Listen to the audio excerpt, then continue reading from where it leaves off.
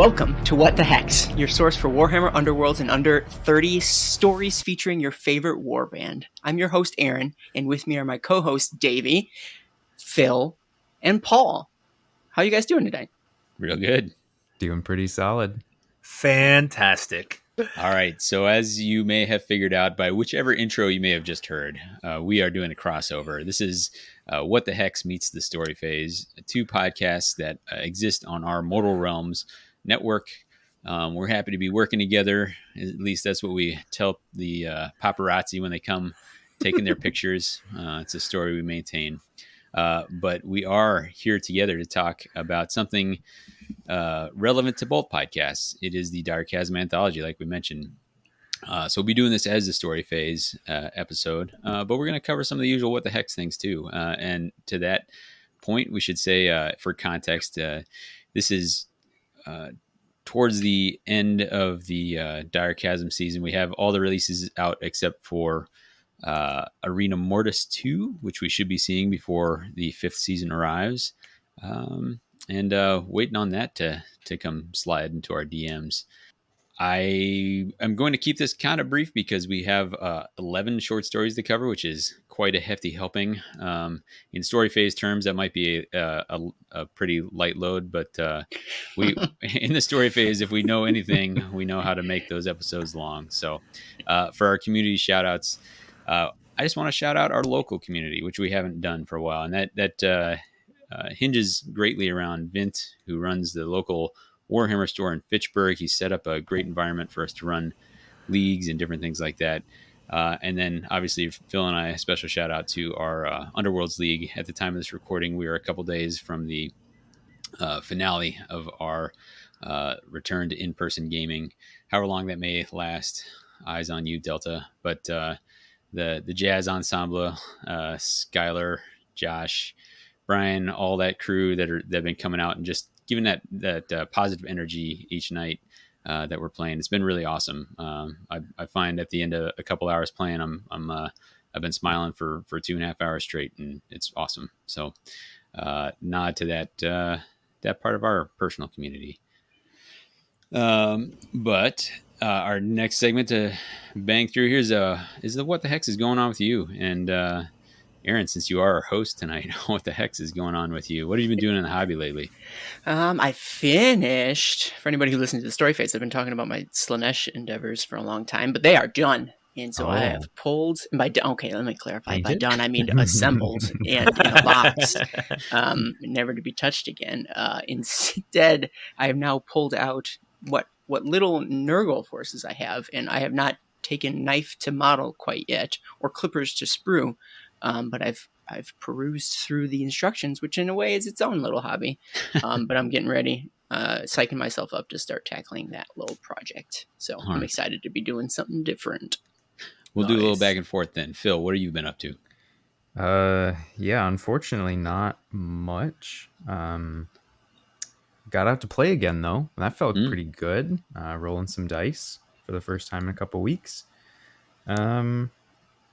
Yeah, and obviously reading, which is good. Yeah, excellent. Paul, what the heck is going on with you? I had finished my Salmonella miniature, so it's a Mortal Citizen. Shout out to our Mortal Realms Discord, coming up with this awesome non-combatant idea for the Mortal Realms. And she is a fisherwoman, so I finished her at the end of last month. And then I spent most of this week assembling the new Dominion / Extremist terrain that's coming out with the new AOS 3.0. And then assembling all the Stormcast from Dominion and Extremist as well. And then giving them to my children and then slapping paint on them in haphazard fashion. So it's been pretty fun to watch them actually get to grips with the miniatures in the last couple of days. So I've enjoyed that immensely. All right. Awesome. And for myself, I've been actually at the time of recording, we just launched the Hexodus blog. It's been fun to get some feedback on that. It had a soft launch a couple weeks ago, but I am new to the whole system, and so I used those couple weeks to kind of troubleshoot that whole thing. And Aaron helped me out from defeating myself with lack of tech savvy. And hopefully by the time this releases, the next entry will be imminently arriving. You have earned the title webmaster of www.themortalrealms.com. Congratulations. It's the greatest title I can bestow on anyone. Yeah, it is a great responsibility, and one for which I feel no obligation to uphold. No one ever does. Yeah, we're going to drive this straight into the ground. And then hobby-wise, I have some conversions that I'm excited to show off for Eyes of the Nine. They're not quite ready yet, but the color scheme's coming together. And if I can get my button gear, then they might make a showing at our finals, the finale of our league. So, but TBD, we'll see how it goes. Anyway, we got a lot to cover. So what do you say we get on with it? Sounds like a plan. Paul, would you do us the honors with your dulcet tones heading into the story phase? The story phase. In the story phase, we delve into the stories, characters, creatures, and environments of the 9 realms. Poisoned from the inside by the treacherous Cataphrane curse, the Mountain forever calls warriors to its bloody depths in its desperation. Myriad warbands answer from across the mortal realms, some seeking treasure, others power, and yet more wishing only to kill. None find what they came for, and even death is denied those who enter Beastgrave's halls. How do you do that in one take so well? Man, good job. I mean, like years and years of vocal training is what it comes down to.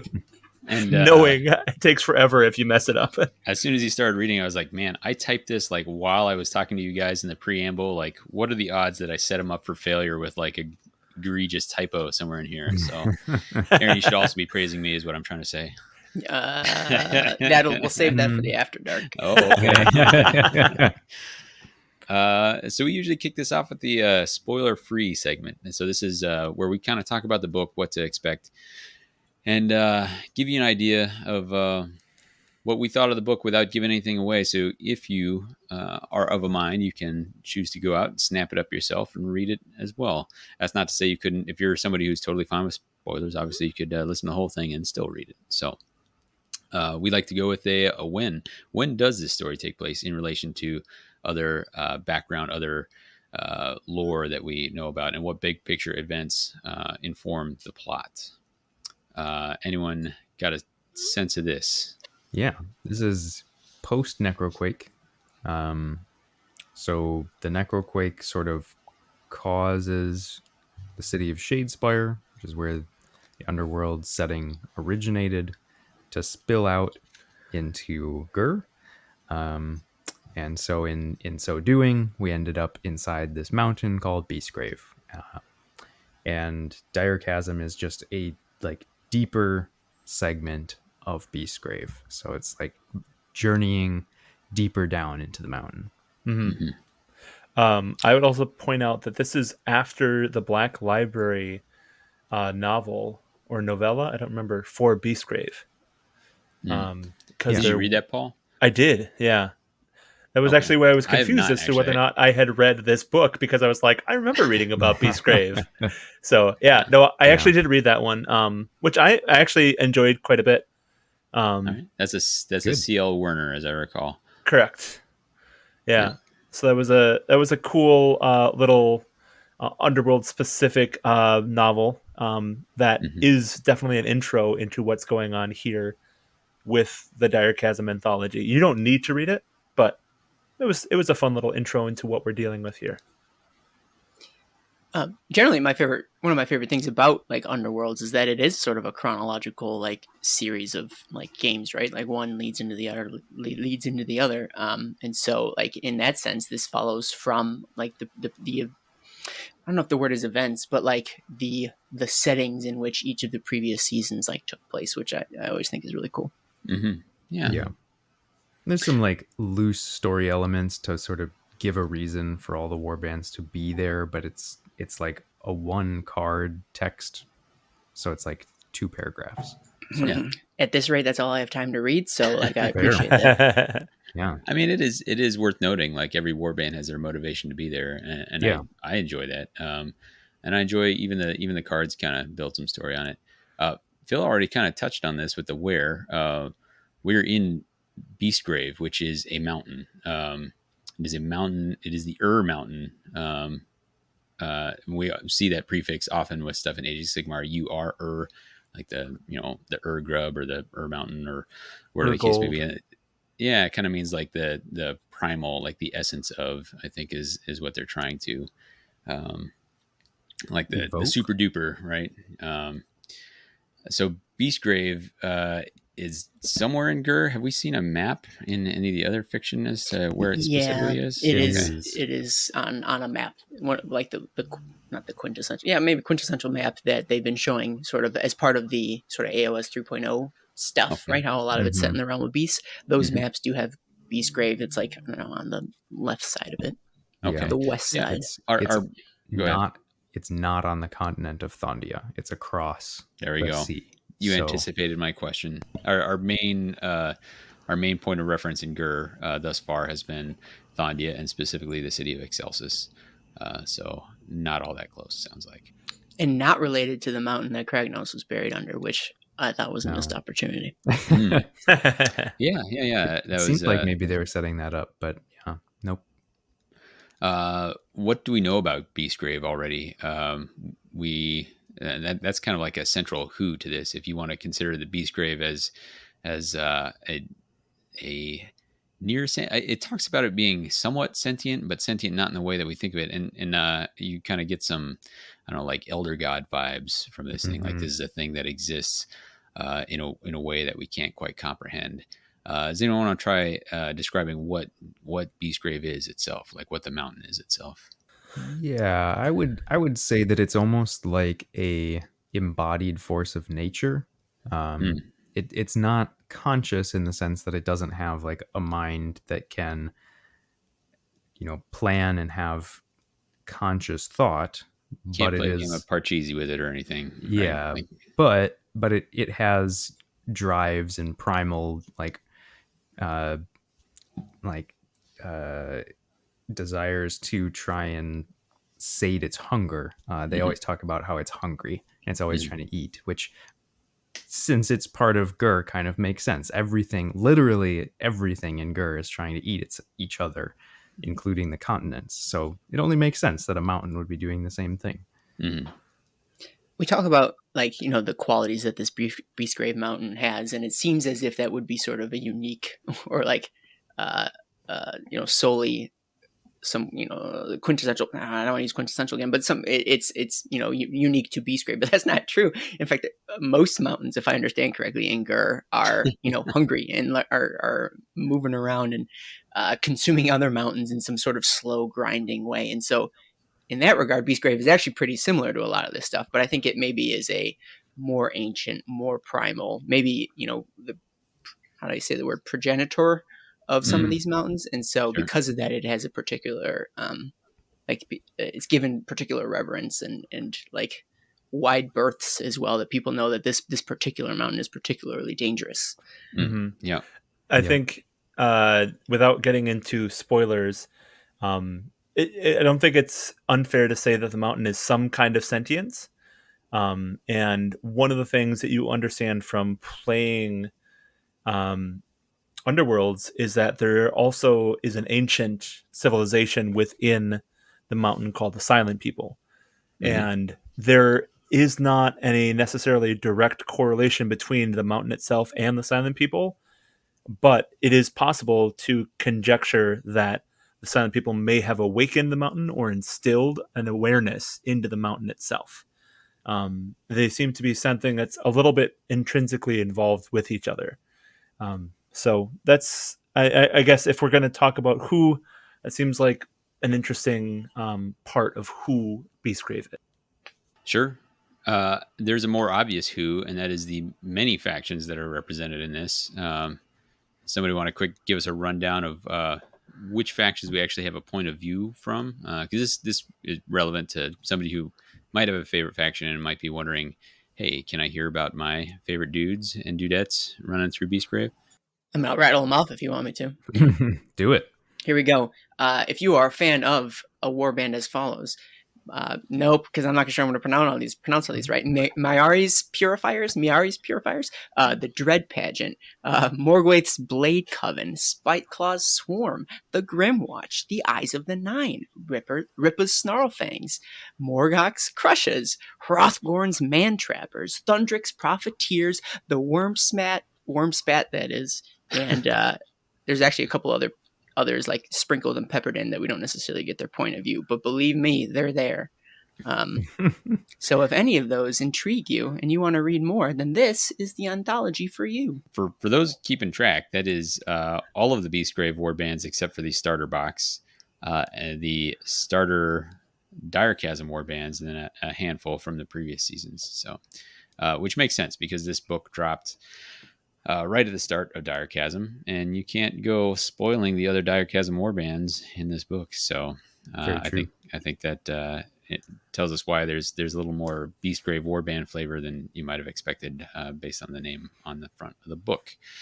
Our last W question that we hit here in the pre-spoiler is what are there any additional what that we've missed above? And what I want to hit on here is what do we already know? And if you want to know more about what came before, what happened in Shadespire, you can go back and listen to our coverage of Josh Reynolds' The Mirrored City. Yeah. Is that correct? Yep. Yeah. It's around the 34, 35, 36 area of our podcast. How do you know that? I think I had to look it up for something. I've plugged the story phase a couple times on What the Hex, and so I remember it was 30 something. Cool. And that talks about that. But the city itself, Shadespire, was created. The Cataphrines. It was a city that was very wealthy and a trade hub and a cultural beacon. And those in charge, the Cataphrines, were looking for ways to basically outlast death. How can we not die? Because we're accomplishing everything else. Like, wouldn't it be cool to not die? And I guess they're getting pretty close to that. And Nagash doesn't take kindly to that sort of thing. So he curses the city, curses them to, you want to live forever? You got it, but you're not going to get it the way you want it. And so wants to live forever. So yeah, What the Hex, listeners, this is a thing that happens in the story phase. People just start singing sometimes. So they're supposed to owe $1 when they do so. So Paul has a really substantial debt, which we're going to make him come clean on at some point. But that curse then went on to anybody who entered the city, and the city being that trade hub, cultural beacon, like we were talking about, is very attractive to treasure seekers and the like they're coming. So they get trapped in the city, and they would die and come back to life. And time is all wobbly there, so you can come back to life before you actually died in the first place. It's a lot of possibilities that go on. Then Nagash in the background had his Shaishin Nadir. He basically had a big thing called the Necroquake. It was a ritual that didn't quite go right and blasted death magic all over, and that cracked Shadespire, which created a possibility for people to escape, which is a big deal.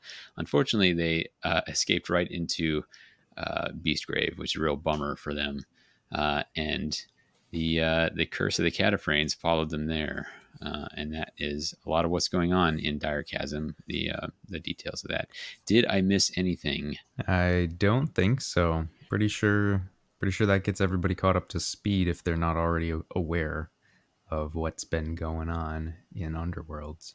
Before we get any further, does this... so we do know, again, spoilers for anyone who hasn't listened to the rest of the story phase episodes up to now, but Nagash ran into some technical difficulties recently. Mm-hmm. One wonders, is that, so that's not represented here in this novel. And you wonder if that's going to carry on into whatever the next season of Warhammer Underworlds is. But that's an important part of the when as far as this goes. Totally. Yeah. Not that it happening twice now consists of a pattern, but the fact that the first two seasons were Shadespire centric, and the next 2 seasons were Beastgrave. You wonder if that is a pattern, and then that is indicative that maybe we'll go somewhere next, somewhere different. What realm is next is the question. So that's all speculation. Yeah, you can hear that in our fantastic speculation sode, which is for sure going to be something everyone wants to hear. I don't know. We if we run out of ideas, I don't know. We'll see how that goes. But I would say this is the part where Aaron would usually say, "Let's stop being coy and get into spoilers." But before we do, let's give a sneak peek on what we thought of the book. So, initial recommendations. Do we recommend the book? I'm going to run down the line. Let's start with Paul. Do you recommend this book? I do. I enjoyed it. And to whom do you recommend it? I would recommend it to people who like Underworlds, but also just people who want kind of the fun thing about this book is because it's about the Underworlds warbands. Aaron can talk more about that. That you have a very clear idea of who you're dealing with. And that was a really fun thing about this set of short stories. But in general, I really like short stories. They're a little bit of investment of time and a lot of payoff if you're interested in the characters. So I like that. All right. Well, how about Aaron? Give us your hot take. Speak of the devil. All right, hot take. I loved it actually, and it makes me wonder what I've been missing out by not reading anthologies more regularly. What I particularly loved about it is the fact that all the stories were about like a given subject. So in that regard, it actually read very like it had a very clean like through line, and that made it all the more unput downable. That's a phrase I just made up. Real page turner in that regard. Paul was right. I mentioned it while I was reading it to the group that I really vibe with the idea that like these are all special characters in the setting that like I know, and I can look up their models, and I had to do that a lot because I don't know everyone's names like Davey does all the time. I don't know where he stores all that information, and so because of that, it really, I don't know if grounded is the word, undergrounded perhaps because we're on a mountain, but boy. Like it made it all the more interesting that I had like this direct attachment to it, and I guess I never really knew how much that mattered to me until I read this book. And then furthermore, we always talk about how the short story form is the best form for like this black library stories, and I feel like this is no exception. Most, if not all of them, were fairly concise. They like focused on like one coherent thought or one like idea that they wanted to get it across. They did so, and then they exited gracefully. And because of that, I really appreciated it. So it might have been because maybe some of the more recent books I've read have been long. And maybe meandering. It was a nice, fresh breath of fresh air to read these short stories, and it was nice to get the variety that we saw in the book as well. So I'm rambling. The point is, I really, really enjoyed it. I think it's obviously great for those who read Underworlds and who have even a passing interest of the background for that game.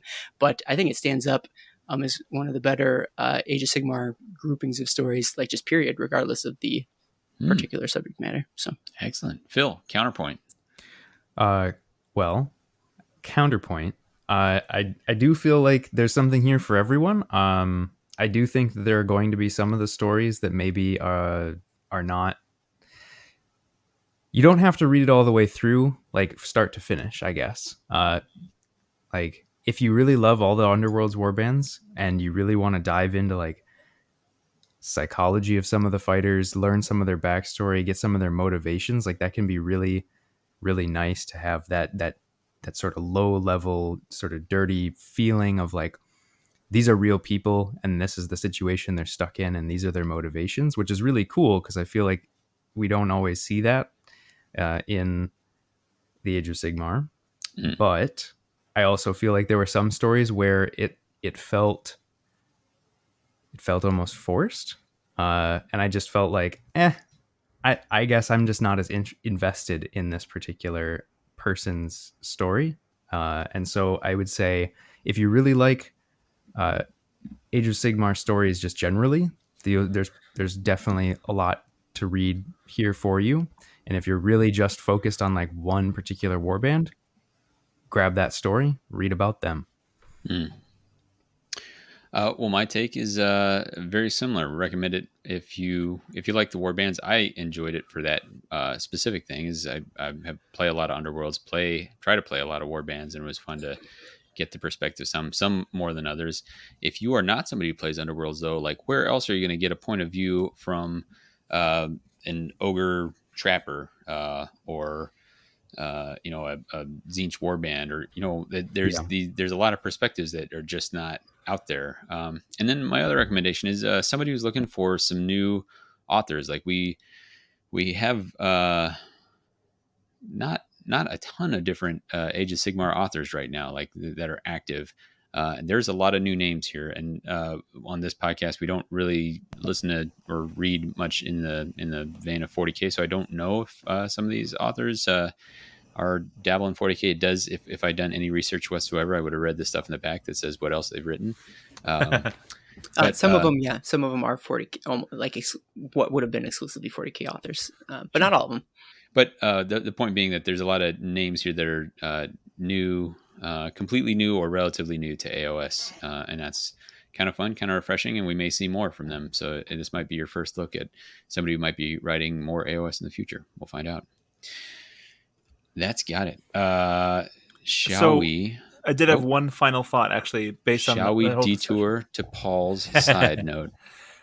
If you're looking for tight narratives where you're introduced to a character and you stick with that character throughout the whole story, this is a really good book to read for that. If you don't like wandering, going to different perspectives, etc., right? Like all of these stories were super tight and focused on the actual protagonist, excuse me. So that was kind of a refreshing difference for Warhammer stories. So I like that, and that was unique to me. Fair. Spoilers. Let's get into it. Yeah. All right. There are 11 stories here. We are going to give a brief summary of each, and then share some thoughts on those, and then we'll give a overall wrap up. But we're not going to do a blow by blow. Some because that may not be totally interesting. Some because I read this over quite a stretch, and so I'm not going to remember the blow by blow for each of these. So try and stop me. Yeah. Oh yeah. This is where Aaron really gets into his own. So we open on a scene of. I know you're not going to do that because I'm looking at the same notes you are, and that's what you go off of. Are we? There's no way you're doing this straight off the dome. I challenge you. No, of course not. Yeah. All right.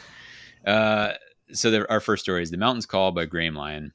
And this story is the longest in the book, I do believe, by page count. If not, it's tied. It's very close. And this is there's several points of view. There is a human survivor from Gur, and Miari's purifiers who are arriving in Gur. So we're seeing them before they've even made it inside Beastgrave.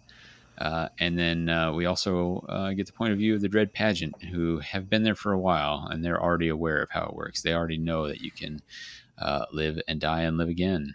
And it is their central conflict it's covering. So the Miaris are being brought there by a vision sent to them by Teclis. And the Dread Pageant are there attempting to torment the mountain itself, which is a real boss move. They know that the mountain is hungering for death, and right now it's even worse because the Cataphrane curse has arrived, and so rather than the mountain Beastgrave has always lured people to itself with promises of whatever they desire most, and then they get in there and get trapped and die, and it feeds off of that. Now, because they die but then are born again right away, it doesn't actually get to feed off, so it's being tormented. It's having this hunger that can't be sated. And the Dread Pageant, that's not enough. They're going to torture people until they're almost dead, and so keep the mountain really really upset. So if you want to torture a mountain, I guess you better be a hedonite of Slaanesh.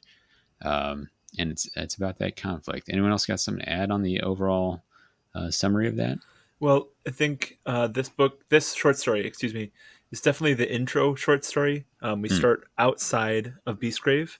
We're introduced to the two main warbands in the box set for Beastgrave. The human survivor was kind of an interesting twist because the human survivor was not a part of any warband that I'm aware of, and provided a lot of the narrative thrust going forward. It was interesting to me that it talked about the confidence and the faith that the purifiers had in their mission, and how they were a very kind of disparate force. It focused a lot on the different actual models that were in it and what their beliefs were. So I enjoyed that aspect of this story a lot because it seemed to really allow each individual to be a character and to Mm. have their own motivation, including the human survivor. So that was kind of cool. Um, and the narrative thrust of getting into the mountain and introducing you to the mountain itself of Beastgrave and figuring out what it's all about. I did enjoy that for sure. Yeah. Um, Definitely agree with everything Paul said. This is like, this almost feels like a story they should have included with the Direchasm box, because it's almost like this is the perfect setting to understand these two new war bands and to like get you on the ground understanding what's going on with the narrative. So I feel like it's perfect for Direchasm to have this story. Mm-hmm. And I do think that the point you made about how it sort of introduces you to the mountain and sort of how it works is super important, because it sort of, it lays the groundwork for understanding like how is it that the game sort of fits into the story. And it's like you have this constantly shifting mountain, and like literally it reshapes itself constantly, and like it sort of forces all these different groups into different parts of the mountain and further down to try and eat them. And by doing that and funneling them all together, it's creating conflict all the time. And so that's basically where the game happens. It's that you get these forces coming together, and that's sort of the interesting conflict points in Direchasm. Sure. I agree with everything that's been said, so I won't add too much on that. But I like that they need to come up with creative ways for reasons for the warbands to be here. And I don't. There's few warbands that have as creative and interesting sort of purpose as the Dread Pageant does in terms of their goal of actually torturing the mountain, as Davey was talking about. And so it's great to see. It's one thing to hear that or like see it written in a little warband description in the rules somewhere, but to actually sort of see it played out, to see like what they think about that mission and sort of have it expanded upon is both my favorite part of this story and my favorite parts of the stories to come, as well as just to sort of see that expansion of their motivations. And so this was as others have said, is a great way to start because it's a unique, weird sort of purpose. And that really sets the stage for this and other stories. Yeah, and like we said, we're getting both perspectives. We're getting the perspective of a warband that is not yet aware of the death and rebirth, and a warband that is well aware of it. And so you get to see like both sides of that, which is kind of cool. Like the growing horror of what exactly is going on, and those who have found a way to. I mean, the Dread Pageant really dig it. It's cool for them. So that's a pretty good summary of that. Does anybody have anything else they wanted to hit before we move on to the next story? So, yes, I really like the addition of the human survivor here. Her whole tribe was slaughtered, and she's on this kind of idea of revenge, but she also ends up in Beastgrave. She's the only character that gets a ton of time in this story who's not a model that we know of. And doesn't even get a name. And ends up in Beastgrave. So what happens to this human survivor? I'm super intrigued to find out if we're going to hear what happens to this person. They die, but the question is, do they get reborn? Right? Like they die without their name, but they don't. They entered the mountain along with this elf warband, but whoever this is, they aren't reborn with the warband. So not quite clear exactly what the rules for rebirth are with the Cataphrane curse. Yep. TBD. But yeah. That's it. So next story was Last Rite of the Hag Queen by Dale Lucas. In this one, the overall summary is Morgwaith of the Blade Coven. They are the Sisters of Cain, Daughters of Cain warband. We kind of jump in media res. They are fighting Slaanesh followers, and then as they describe them more thoroughly, you realize this is not the Dread pageant. These are I don't want to say generic, but generic Slaanesh Hedonites. How dare you? And we figure out that they're here. They're on a mission from God, from specifically their demigod, their almost god. At the time of this writing, I don't think Marathi had ascended to become Marathi Kane. Mm-hmm. So Correct. they're looking for a shard of Cain here. She sent them here, but then the central conflict is, why were they sent here? Were they sent here as like, you're my favorite ones, we need you to accomplish this mission, or are they sent here because Morgwaith expressed some doubts, however subtle, at some point, and the cascading effects of that. And Morgwaith deals with that herself, where she's dealing with a potential mutiny. Once you get stuck down in a ever changing hellish pit, and the first place they get to, the first temple they get to, is already looted, after she's totally sure, yeah, it's here, we're about to be triumphant. Just kidding, all we got is some cobwebs and dust. And so there's a lot of actually daughter versus daughter, daughter of Cain versus daughter of Cain combat in this, conflict and combat. And it's them overcoming that and proceeding on, and how they go about solving that, and moving on to regain their confidence and attempt more questing. What are people's thoughts about this? Have I missed anything, or what did you get out of this? I thought this was an interesting kind of dissection of faith. And it brings up a theme that we continue to see in a couple other short stories, or that as Morgwaith has her inner dialogue, it starts to be interjected with these other thoughts that she doesn't necessarily assign to herself or with her confidence. And there's a lot of that in this story, where she's like, not sure if she's supposed to be here or exactly what's going on. And then another theme that keeps getting brought up is that she's keeps being directed to these places and has this feeling that, like, this is exactly where I'm supposed to be, exactly what I'm looking for. And then it turns out to be something that leaves her hungry. And that seems to be a theme of the stories, is that the mountain itself is hungry, and it makes the characters themselves hungry, but it fails to fulfill them all the time, right? Which seems to be a bit of a metaphor for Beastgrave itself. It is a hungry mountain that seeks to consume those that come within, and yet fails to consume them, at least completely, right? And they are reborn again. So I thought that was very interesting. It also deals with a lot of things that we kind of come into more closely when we're talking about the Broken Realms, where we talk about Kire, who is the Scytheborn, the Snake Lady, versus Morgwaith, who is a Hag Queen, and the difference in the faith between the Scytheborn and the Hag is an interesting point of plot difference, which I enjoyed. Phil, you got any takes on this?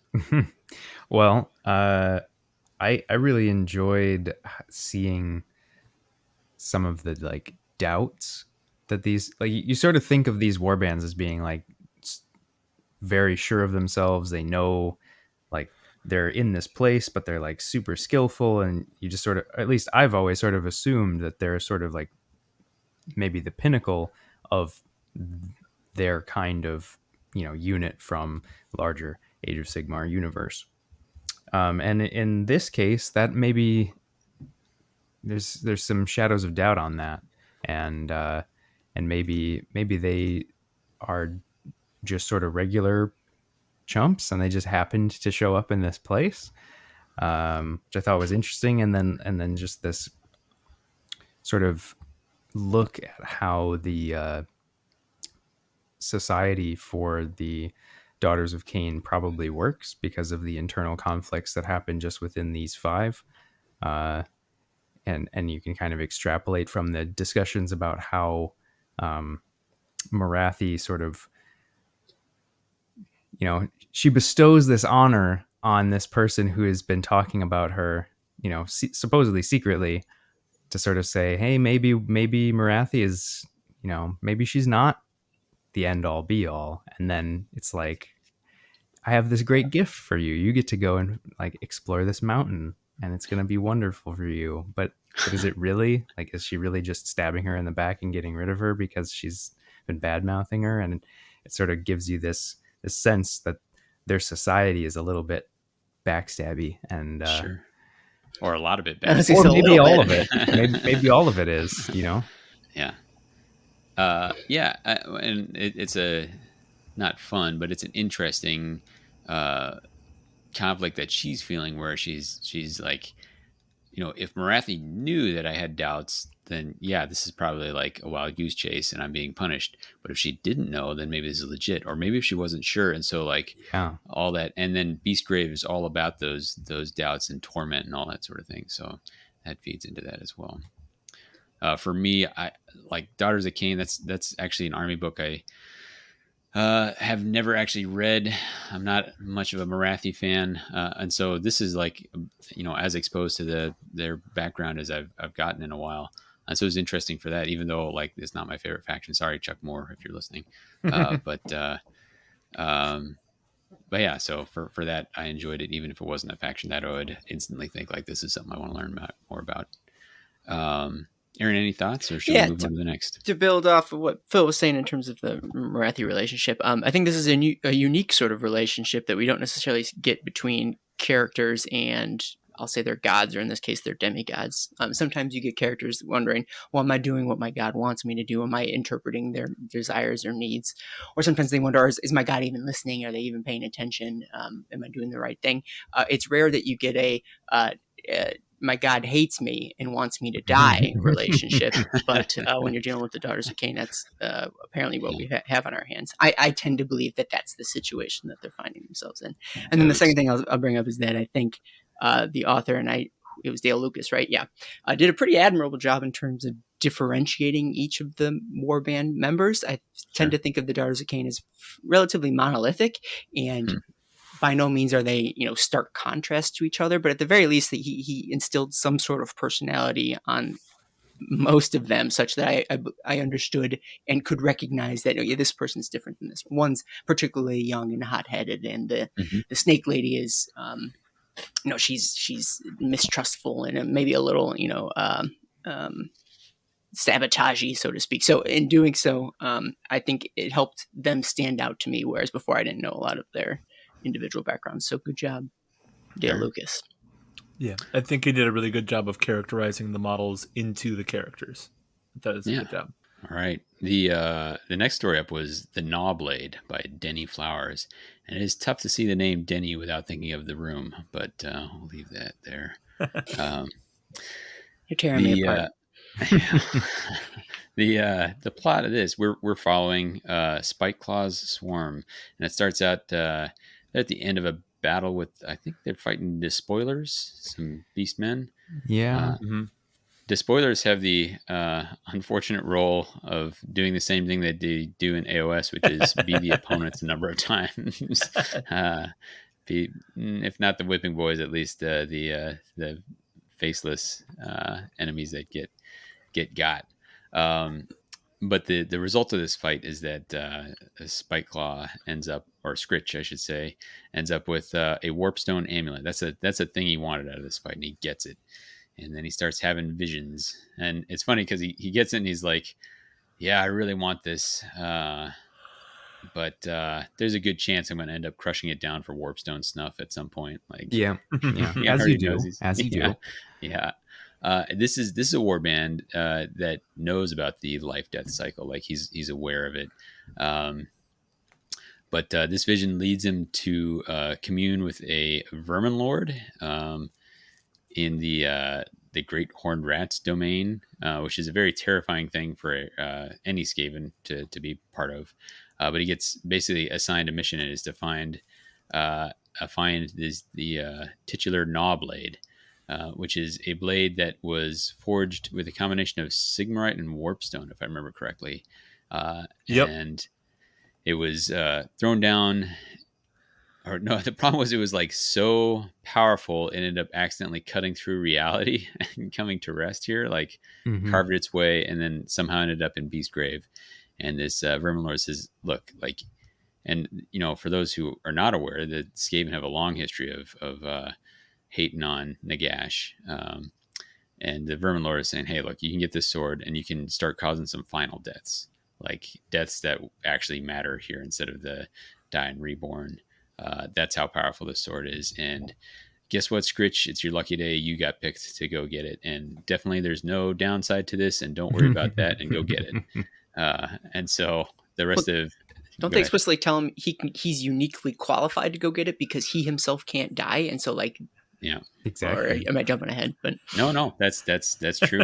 So he goes, and then the final conflict is he gets to fight with some Farstriders. I think they're not named, but you can recognize them. There's a Star Falcon, and there's what's the Chamber Rangers? They're the Vanguard. Yeah, Vanguard Stormcast. He even gets his hand on the blade right before his hand is cut off, and the blade cuts its way down through and is lost again. It's a little more dramatic than that, but that he does wake back up. And this is an interesting thing, that the warband itself, it's a 5-fighter warband, but 3 of them are there are always more. They're kind of generics, and this is actually a warband that's much bigger than the 5, which once I remembered that piece of it, I was like, oh, right, like Hungering Skaven and Lurking Skaven, those are archetypes. They're not an actual, character. And so for me, I'll jump to what I found interesting. It was interesting to see a warband that knew about the life and death cycle from a race that is notorious for being short-lived, for backstabbing and assassination, and to see how that dynamic plays out when all of a sudden, like, final death is not actually in play. And that's to the side. That's the warband itself. And then the flip of that is they're going after this blade. And Paul, I'm sure you picked up on this. It's really felt like the fell blade from the world that was. Yep. As a ultimate tool for, messing up Nagash's plans. So those are my takeaways from this that I particularly enjoyed. Well, and you have to wonder, like, I definitely had feelings of, is the Gnaw Blade, right, which is the thing that fell into the warp, the thing that this Vermin Lord used to get Skaven into the pyramid to mess up with Nagash, right? Like, that feels a lot like what this story felt like to me. The other thing I really appreciate about this story is that because they knew that everybody was going to die, it very much seemed like this setting was tailor-made for Skaven and for Scritch to not care about killing all their underlings constantly. Like, it was more of just like, well, of course all the underlings are going to die because they're supposed to die. But then them coming back is like, oh, I am destined for greatness. I have infinite Skaven to sacrifice for my will. So I thought that was super fun. Yeah. And it's interesting that, like, this, even knowing that, the Skaven nature still comes through, and they're still very craven, and they don't really want to die, and, like, he has to, like, force them to go into fighting even though they can't really die forever. Yeah. And he still doesn't want to put himself into any danger. Like, he's obviously more skilled than the rest of them, but he's always, like, standing at the back, like, get them. Why aren't you, like, doing stuff better? Well, and it says the place of honor at the back. Yeah, you always lead from the back, obviously. I feel like this gave a really great, just sort of profile of Skaven. And we get to see them a couple more times in the other stories, and it sort of all tracks. It's how they're all functioning, and they're just this constant nuisance in Beastgrave. Yeah, I did enjoy the Scritch versus his second in command kind of dynamic of, oh, he's gonna betray me eventually. That was a fun little thing too. I mean, yeah, it's like right there. It does what it says on the tin. He's Kirk the almost trusted. Yep. Like. I like that they gave Kirk a little bit of personality too, though. That he was in some ways a little bit of like a simpleton kind of, and that's part of why he's almost trusted, is because he may not necessarily have the brains to do anything about it. When you guys are talking about, like, sort of the Skaven way, is part of, like, combat and how they comport themselves in fighting others. I also thought it was interesting to get the insight as to like when they were by themselves and like how he would sacrifice a Skaven to feed the other Skaven because they were so hungry. And so like you just pick the weakest one out of you, feed them to everybody. Of course, it doesn't satiate him, but like that Skaven's going to come back eventually, and sort of that dynamic of the tenuous hold he had over his swarm, I guess you'd say. And like, I mean, and as we know towards the end where he was losing control because of the defeat that they faced, like that was a new perspective. Like what does it mean if you can't scare your followers into following you because they know they can't die? Like that has to be a temporary tenuous position to find yourself in. So that was to see that interestingly played out was, I think, the highlight of this story for me. And then the other thing I bring up is that warp blade or the gnaw blade, is that an item in the game? No, it is not. There is I was trying to decide if it could be like was it the Hero Slayer? Was that the sword from the first? But there's Hero Slayer. There's also the Cursed Blade. Yeah, which maybe it could be something like that. But none of those quite match up with how crazy powerful. Yeah, I guess the Cursed Blade feels closer here. The thing I'll say is, it's stories like this are often fun when you get a whole bunch of like Easter eggs for like the game, and so the people who know the game can point out, well, that's really cool because I know this from this or that from the game. And so because that kind of a missed opportunity that they didn't include an item that like players would know, because I feel like they would do a better job to like really pull them in. But next time. That's a fair point. It was cool to see the effects, this ever-present hunger, which has become more pronounced in the Direchasm season, how it affects Skaven, a race which are cursed with this like black hunger, which in itself is a card that you can put on hungering Skaven. That's something that they've dealing with that existed in the world that was, right, Paul? Yeah, absolutely. Mm-hmm. Yeah. So amplifying what already is a feature of these guys to start with, and how it hits them. So, and then I think the other thing it kind of mentions here, when this builds in some other stories, is even the people who know that they could live again, like dying still sucks. And the accumulation of many deaths it can really kind of wear on you, like it does, dying lots of times is a real drag.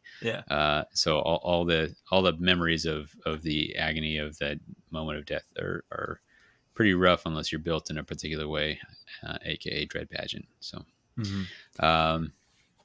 any other thoughts, or on to the next?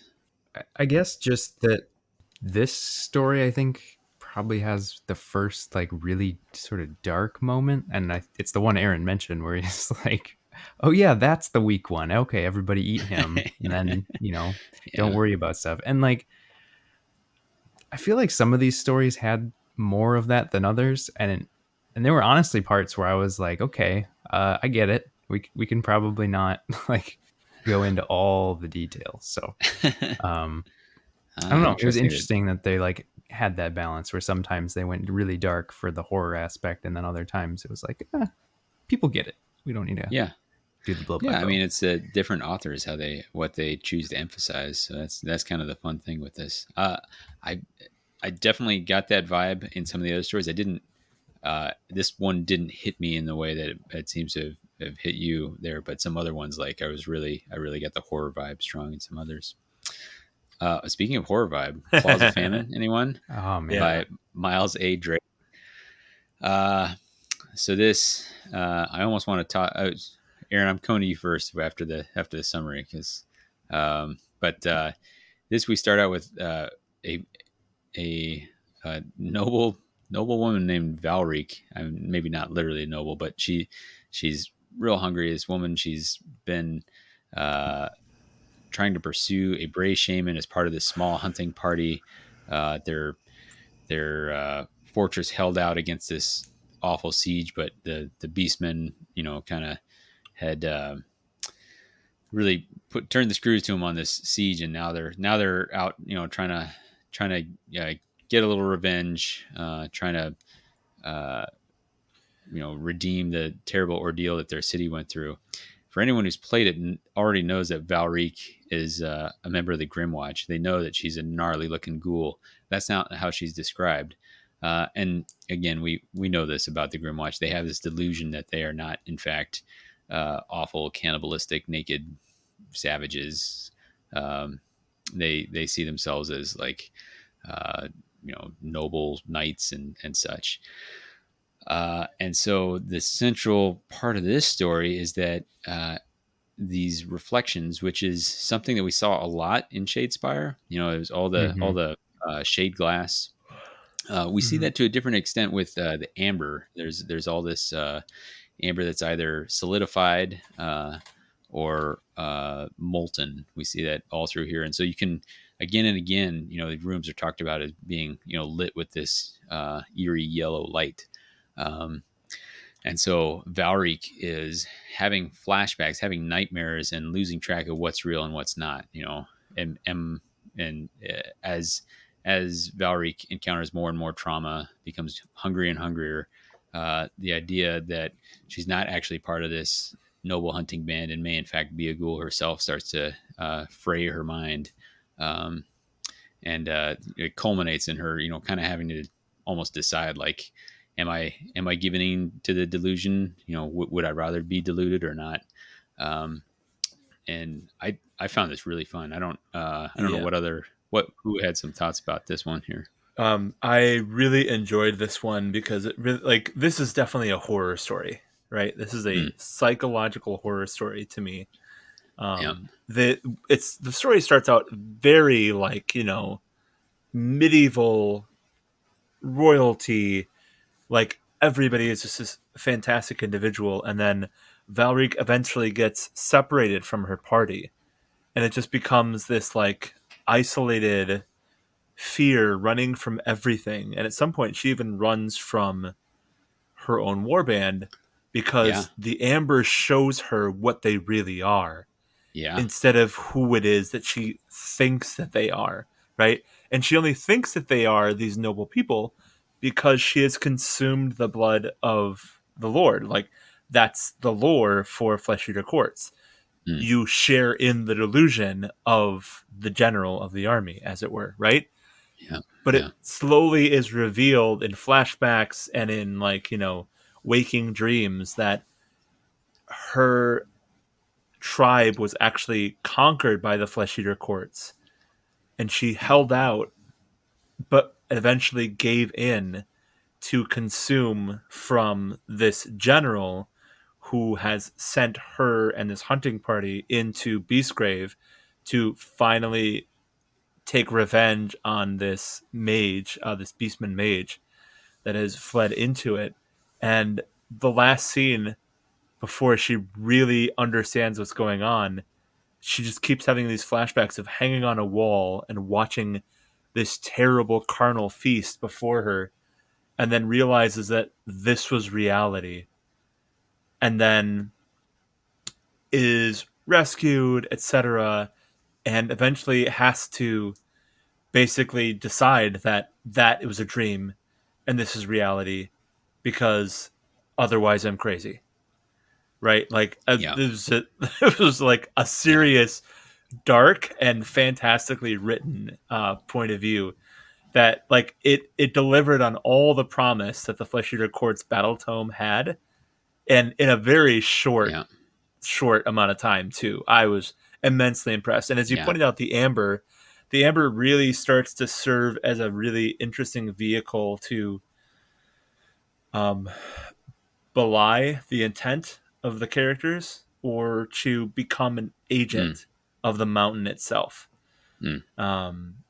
So that was a really cool turning point for me in this anthology. So I've already established that I don't know anybody's names, and so when I first started reading this, and it was this, human, like, huntsmaster, I think some of the other stories they'd already shown characters that weren't in the game, and so maybe I was dumb for believing this, but I thought, all right, well, this is just like a Cities of Sigmar, like, free guild group. Awesome. Up until like a page or two in, until, and I had told Oh you guys man, while I that's was reading it, they amazing. said something about until they said something about noble king, and like that is like a trigger word for Age of Sigmar, and that like whenever a noble king is mentioned, you immediately think Flesh Eater Courts, and like so like the light bulb went off. I turned the page, and then it makes it very clear that that's what's going on. And then I quick had to Google Valric Underworld. I'm like, oh dang it, yeah, okay. No, she is a you Googled in the middle of the story. Oh, you never Google in the middle of the story. Yeah, I read on my phone, so like so Google's right there. So, but like that, I had to set it down. I had to like lean back in my chair and just think about like, book, you got me, you tricked me. Good job. One of the. Well, just that was one of the highlights of the anthology for me. I think this is maybe the first story that I've ever read from the perspective of a Flesh Eater court, and maybe it's the only one that exists, which that seems surprising. There's got to be others. I just haven't read them. There's a horror anthology. I definitely remember reading one from their perspective. There's a short story in White Dwarf as well. It inserts some of the plot into Broken Realms Techless that is from the Flesh Eater courts as well, and that was a really fun one too. Well, from here on out, I think all stories should be told from the perspective of the Flesh Eater courts, because this one was such a fun read, and it makes so much sense. Like the way it was put together, it really convinced you as to how and why a Flesh Eater might think that they are something else. Like there was a very clear one-to-one comparison to everything that they were saying. And like one of my favorites was the fact that she continuously considered the bats, like the harriers, as hawks, and like you'd hear an echo down the hall, and she's like, it sounded like a bat shriek, but that it must have been some other creature or something down there, not realizing that it was what she thought were the hawks flying down the tunnels. So that like kept coming up, and it was a delight. I just loved sort of seeing what she thought she saw versus what I knew to be true for each of these characters. So that was neat. I want to return to some of that, but we haven't heard from Phil yet. Phil, you got any takes on this? It was, I think, by far and away my favorite story in this anthology. And it like getting it, I've always liked the idea of how they have this grand delusion that they're, great knights and they are serving for their lords, and it's always fun to think about how like, oh, they have no sense of being these strange cannibalistic vampires. But to actually like see the psychological shift as she starves and like starts to like have the magic of the delusion fade, and like trying to figure out what's real and what's not, and like trying to decide like is my memory of what I think is real, or is what I'm seeing real? And like it was just so good to see this constant struggle. And I they don't really address it, but I kind of wonder, like, is this a thing that can always happen and it just doesn't because there's usually enough food that they don't like get so hungry that this happens? Or is this just a one-off thing that Valerie has to deal with? And either way, I think it's compelling. Yeah, I think there was actually some kind of background where they have to continually feed or continually drink the blood in order to continue the delusion. But that may have been my own headcanon. I'm not 100% sure. Yeah, possibly. I mean, I know she's very driven by hunger, and it's hard to say, what things are generated by Beastgrave being Beastgrave and what things are the effect of being a ghoul. It's all like examples of some of the stories out. Like they defeat, they fight the Ungors a few times. They actually fight the Despoilers more than once in this. And when she's in her delusion, she's like, oh, like, thank God they had rations on themselves. They have some of their pillaged ration bags. And you're like, oh man, I know she's just like looking at their juicy thighs or something. Yep. So, get me some goat leg. Yeah. Here, some of the things I want to touch on is I've noticed, some of this with this delusion. There's like these, parallels with the Matrix, and I guess whatever 25-year-old spoilers here, but there's what's Cypher, Joe Pantoliano's character, where he's talking about like, when I'm there, I can taste that steak. Like, does it matter if that medium rare steak is real or not? Like, I can taste it. Like, it's, if you're in this position where you're like, well, I can either deal with reality where I'm like realize I'm a horrible cannibal, or I can like give into the delusion where I'm actually like noble and doing good things and people care for me. Um, like that's a pretty tough choice, or maybe it's not a tough choice. You know, like that's Yeah. like maybe you just say like, okay, like it's just better to go with the delusion. Mm-hmm. And then on that same note, like when she's in that delusion, they really seem to care for each other. Like the Duke is like genuinely benevolent to her. Like, you know, that some of the others are like, I don't think she's going to make it. Let's move on. He's like, no, like she can feed from me, you know, like, it was cool. And, you know, some of the best cards in Underworlds are the ones that are translations of something that a ghoul is saying, you know, like, blah, blah, blah, translation, Halt finds her, you know, do you not admire my beautiful cape, or whatever the case may be, you know? So, Well, like, the thing I really appreciate about the story is that it was such a wonderful dark parallel to the story of a Stormcast, where at the last moment of defeat, they are taken and brought to absolute victory, right? And they have to deal with the reforging. And this story is at the last minute of defeat, they give in, and they must deal with that over and over through death and death and death. And I thought that was a really well done parallel between the two. The only negative I have about this story is that now I really, really, really just want a Cities of Sigmar warband for Underworlds that looks as amazing as they described in this story, because that like sounds absolutely fantastic. well, I think you're not alone in wanting a City as a Sigmar warband. I think we found a you know, general favorite so far. I went back and found the message I sent you guys as a reading. I said, this fourth is my first real page turner. So you know, I enjoyed stuff before this. This is the first one where I was like, I got to get back and keep going on this. But we all agree we like it. Any last thoughts, or should we can keep on moving? A final thought that I have is I think for most of this story, I understood how she was able to delude herself into like thinking that she was a normal person. You know, they had ration bags and the bats were hawks, etc., etc.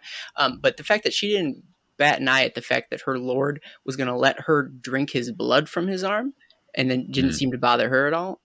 Is that something they normally? Is that a regular? Do most dukes do that? Is that a regular thing? You mean you don't drink your duke's blood on a regular basis? No, and I guess okay. Well, I suppose that's my own shortcoming, and I need to grow past that. I guess you need to get a better duke, my man. Yeah, I suppose. All right. We'll go from that to another one I quite liked. The Chains of Fate, and this is by Nicholas Wolf. This one's from Eyes of the Nine perspective. There you go, Phil. Shout out to Adam F. and Eric, who I know are big Eyes proponents.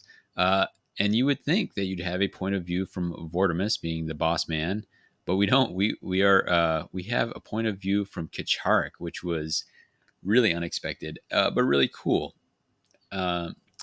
Kacharik here is giving us his take because so he's been bound to Vortimus. Kacharik, I guess I should mention for people who don't know, is a Zangor, and there's a card in the game. And Aaron, this is your little shout out. There's a card here. Nobody takes this upgrade, but it is eidetic memory, which means, you know, photographic memory, like everything you see, you remember.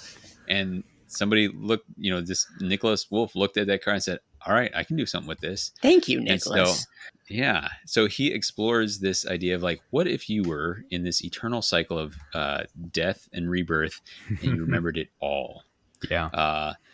And that is Kacharik. And so it's amazing because like Vortimus will give some speech and he's, you know, being all like, children, you should know that we are blessed by Zinch. And Kacharik is sitting in the back thinking like, I've heard this speech 46 times. Like exactly 46 times has he delivered this same speech. Kacharik has died 649 times. He says, I've been sacrificed. Vortimus has sacrificed me 649 times. Which, given a typical Eyes of the Nine win rate, that sounds about right? Yep. Like, yeah. But this one gets a little gnarly right away. They encounter a Kurnothi. I don't remember which one it is. It may be Shiak, whatever it is. It's a Kurnothi, and they don't recognize what it is. I think they're relatively newly arrived from Shadespire at this point. They've just gotten to Beastgrave and like, what are you? Well, we'll kill you, explode you, and then read your entrails, which they do. Slow motion explode him.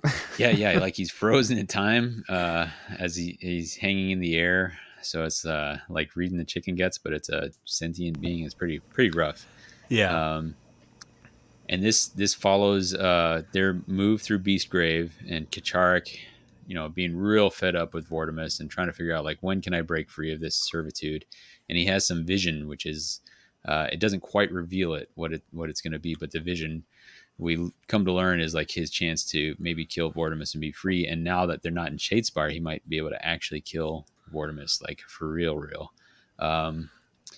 Turash and Narvia, the two Kyric acolytes of the warband, they've also seen something, and for them it is a chance to return to Shadespire. Unfortunately for them, they end up like disappearing. They're found later, like in the amber. Like, it's bummer for them. Even worse for them is it turns out that they're like going through constant, like they come back to life in the amber. Oops, I'm in amber. I can't breathe, and so then I'm frozen in here, and so then I die, and so they're going through dark. Rough, yeah. Really And rough Vortimus is like, and nothing can carve through the amber. Like you can't get them out. It's we're just like until the mountain decides that you're released. To his credit, Kacharik is like, shouldn't we do something? And Vortimus is like, they chose to cling to the past. They wanted to go back to Shadespire. Forward is the way. Pretty rough stuff. Kacharik sees his moment. I do not remember who they're attacked by. They're attacked by somebody. Arrows are coming in. Kurnothi again. Kurnothi, that's right. Be hunted. Yeah. So the Kurnothi are coming. The Kurnothi have figured out like what we need to do is go straight after Vortimus. Like he's the real deal. And the Blue Horror gets to make a really brief arrival here. And then Kacharik is like, okay, like this is my chance. I'm gonna instead of protecting Vortimus, and he's taking arrows, like he's getting ready to get smoked himself, and he's like, instead of chopping down one of these elves, I'm gonna swing at Vortimus's head. And I know him so well. I've seen him so many times. He's definitely going to dodge left, and he's going to dodge right in the way of one of these arrows. And we're not in Shadespire anymore, and he's going to die. And right as he's about to do it, Vortimus instead dodges right, looks straight at Kacharik, smiles, and gets his head cut off. And you're like, Kacharik is like, what? He's like, whoa, he's dead. I'm finally free. He's like, actually, and he turns around like, well, now I got to fight this whole warband myself, but I've been through worse. I can do this. And it turns out he can't. And he wakes up. And he has been reborn. The curse has followed them, and Vortimus apparently knew it all along. And Kacharik is like, well, where are we going? And Vortimus says, to the Direchasm. So that is the more detailed summary than any other one. You can tell I enjoyed this. I had an eidetic memory of this story. Not really. But liked it. What do you guys have for thoughts? I kind of dominated that one. I was excited about that one. Was this the only story that actually referenced Direchasm as like a thing? It's the only one that I think specifically did. I think there were a couple other that talked about like descending further. There may have been one other that talked about like getting down into the Direchasm region. Just this real is the only quick, one where somebody was like motivated to do so. Aaron, what's up? Can someone give me like the 1 sentence summary? What is the Direchasm? I feel like we didn't talk about that at the beginning. Fair. I don't think there is like a solid definition. I think it's just like the deeper recesses of Beastgrave. Is it like silent people specific, or is it again a generic So location? specifically, like as you get deeper, you're getting into the silent people areas. Okay. I think so. Their presence is more apparent in the Direchasm. Okay, cool. That's all I had. Yeah. So as someone who really enjoys the Eyes of the Nine, at first, because of the perspective that we get from Kacharik, I was a little surprised because I thought that Vortimus was going to be a very different kind of character than he was. Like he almost felt dumb. Like the way he was being very like braggadocious and just being like, everything's gonna be fine because I've seen, like, I know everything. Trust me, guys. Like, I know exactly what's gonna happen, and we're gonna be fine, and it's gonna be great, and we're doing everything that Zinch wants us to do. And Kacharik's just like, man, this guy is such an idiot. I've seen him do this so many times, and it never works out. And I'm so sick of all of this. I've just been like shackled to this guy, and he's just like the worst. But then at the end we kind of find out that, well, maybe Kacharik doesn't actually know as much as he thinks he knows. Yeah. And that just Vortimus is just like Zinch, really, in a way, is like too totally focused twist. Yeah. on the future to like really be successful in the present. He's like, no. It's like, I know what's gonna happen. It's gonna be fine. But like when he says that, he means like 100 steps ahead. And so they just get smoked constantly. So Vortimus is like a gaunt summoner, right? A magistrate. No. He's okay. It talks about him being in service to a gaunt summoner. Okay. Yeah, he's a That magistrate. makes more sense to me. But with the Zangor, right? If he's an enlightened, the Zangor enlightened can see the future, right? And the Zangar Changebringers, the ones on the disc, can see the past. Yeah. I don't think he's either of those. I think he's just a regular Zangor, and they talk about in the story how all of the like gifts that he has were things that Vortimus specifically gave him for being in his service, but it also bound Kacharik to Vortimus. Okay. Because it would be cool if he also used the Age of Sigmar rules for seeing in the future for the Zangar, as well as the Underworld's rules of the eidetic memory to define the character. That's all. That was my thought. Sure. That would have been cool. Yeah. For sure. This is for some reason they didn't go that path. Yeah. This is the most, I don't know, I would probably say literate of the stories. It seems very well spoken from beginning to end because it's all from Kacharik's point of view. And with his eidetic memory, it really presents a very interesting perspective on what's going on in Shadespire and then Beastgrave, which I thought was kind of fun. I liked it because it introduces a unique relationship, like intra warband relationships that are unique to this warband, play out interestingly, and like sort of lend itself to be sort of interesting situations. Like at one point towards the end, when Kacharik is fighting off, the Kurnothi, and Vortimus calls him over, and Kacharik thinks to himself, he's like, yeah, I mean, I'm literally dying over here, but like. Anything to protect this guy's life, right? Like, I mean, I'm dying over here. It was. I loved that sort of snarky, I don't know, attitude that he had, and I think that's also one of my favorite stories because of it. And then to say nothing of the fact that I also loved the antagonists, which were the Kurnothi warband, and seeing them in action, sort of literarily, really made me wish. Spoiler alert! That we could have gotten their perspective elsewhere, in one of these stories, and that's to me, it's kind of a shame that we didn't. But I mean, I wish we got their perspective from an Age of Sigmar army. Right? Well, yeah, there's that too. Right? Yeah, but like because of that, I feel like they probably have a very unique perspective, and I hope that one day we'll get it right. So whether here or elsewhere, I would have liked to have seen it. Paul, talk to me about Beastgrave real quick. Yeah, you should read Beastgrave because there's a lot of Kurnothi in Beastgrave.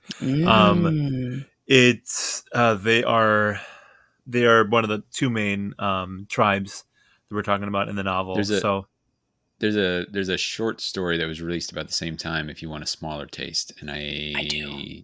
Okay, I cannot remember what that one is called. Yeah, we'll try and find that, but that's another Kurnothi point of view.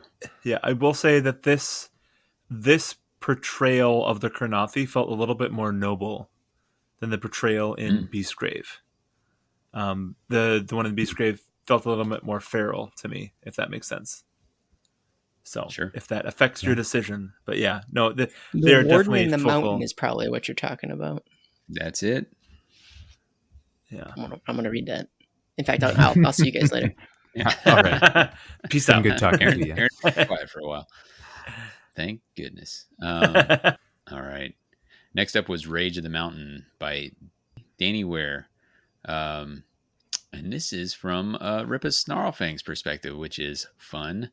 When we were talking about at the start, getting perspectives that you're not going to get from other AOS fiction. Basically, the only place that this kind of gets, help me out, Paul, not Gloomspite. These are... These would be what was in Warhammer Fantasy the common gets. there The was common something for him when Age of Sigmar just started. Anyway, I mean, they had Grom the Paunch, and the Wolf Riders, and they had the chariots and stuff like that. So like, they were definitely their own faction, but they were given their own Chronicles rules. So sure. Yeah. But this Ripa, Stabbit, and Menai are here. They're trying to get this Lapa, and Ripa's had a vision of this big boss Lapa, and that is straight off their background card, the card that comes with the warband. That's what's brought them to Beastgrave. He's had this vision of this Lapa that's going to make him the boss of all bosses and be able to ride roughshod all over Gur. And in awesome Gits fashion, like they saw some Fire Slayers walking, and like, oh, they got a pouch. It's big enough. That pouch is big enough. It could have a Lapa in it. I bet you that's it. I bet you that's my Lapa, and I bet you I'm going to get that Lapa. And so they're trying to set up traps. It opens with Mina and Stabbit are having to dig a hole, try and set up a pit trap. And Stabbit is like, there's no way this is going to work. This is going to fill with amber. He's having to dig this stupid hole at the bottom of this, this cavern, and it's just going to fill with amber. And he's like, boss, like this, are you sure you want it here? And Ripa's like, shut up and keep digging. And as soon as they get done digging, it starts filling up with amber. And Ripa's like, damn, all right, let's work on something else. So they go set up a rock fall. And on this one, they have a stick, like a bone staff that's kind of fused together. Like, oh, it's going to be perfect. We can lever these rocks. It's going to drop right on these stupid stunt or they call them stumpies, I think. Yeah, but I think so. They're like, this is going to be great. And they're all set up. And then all of a sudden, all the rocks come tumbling down. And Ripa's like, what the hell? And Stabbit's like, well, I had to test it to make sure it would work.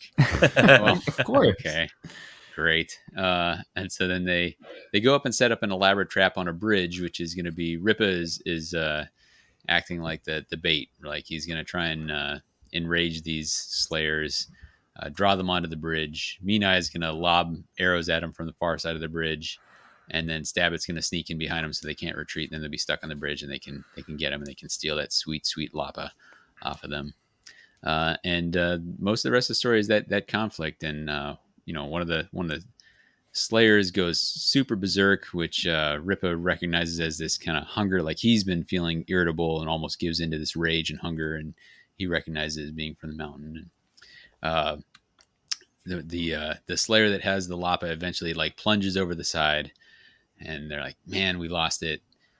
But then I can't remember if it's Stabbit or Mina, but one of them is like, well, people come back to life here. He's like, yeah. He's like, we come back to life with our stuff, right? Yeah.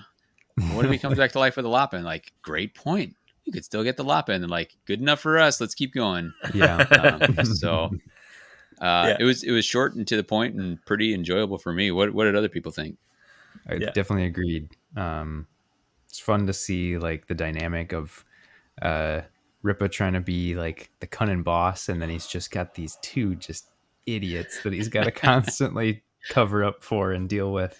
But they're all idiots, right? Because, exactly. Stabbit is like, this is going to fill up with amber, and Ripa's like, I'm the boss, and it does, so like it's a real Three Stooges situation. Yeah, which I actually love that they're like the Three Stooges with these dire wolves and Three Stooges on Wolfpack. Yeah. And like their plans weren't even like bad; they just didn't work. So I don't know, like it was just fun and light. I appreciated that it was sort of right in the middle, and it gave you a little bit of a break from some of the dark, like, because it's kind of a dark setting, and then some of the stories get pretty heavy, and it's like, yeah, this was just a nice light gets being comic relief. Yeah. I mean, we just came off of Narvia and Turash dying, 12 times an hour forever. for eternity, like it's pretty rough. So it was nice to lighten it up a little. For one takeaway for me was this, we obviously don't see them yet. Hopefully maybe we'll see them in the bigger thing, but this they actually had like a pretty cool relationship with their snarlfangs, their wolves, their dire wolves, where like they seem to like each other, like the snarlfangs were looking out for them, the wolves were looking out for them, and like they were like, it felt like almost a six fighter warband, right? And as everyone knows who plays this warband, like the real power is those single dice wolf bites that always hit, so it was cool to see the wolves actually having a role in this as well. The other thing was, I really enjoyed how the tactics for this warband seemed to come farther than the board game allowed, right? There was a lot of like, I'm going to send out one of them to go tempt everybody back into this trap, right? Yeah. Which was it was a fun thing for me. I also really enjoyed how he just let them be malicious, evil little children, right? Like, and that was the fun part, is they're just a bunch of malicious, evil children, and anything that provides a motivation works, right? So that was a very enjoyable part of the story for me. Any other thoughts on The Rage of the Mountain?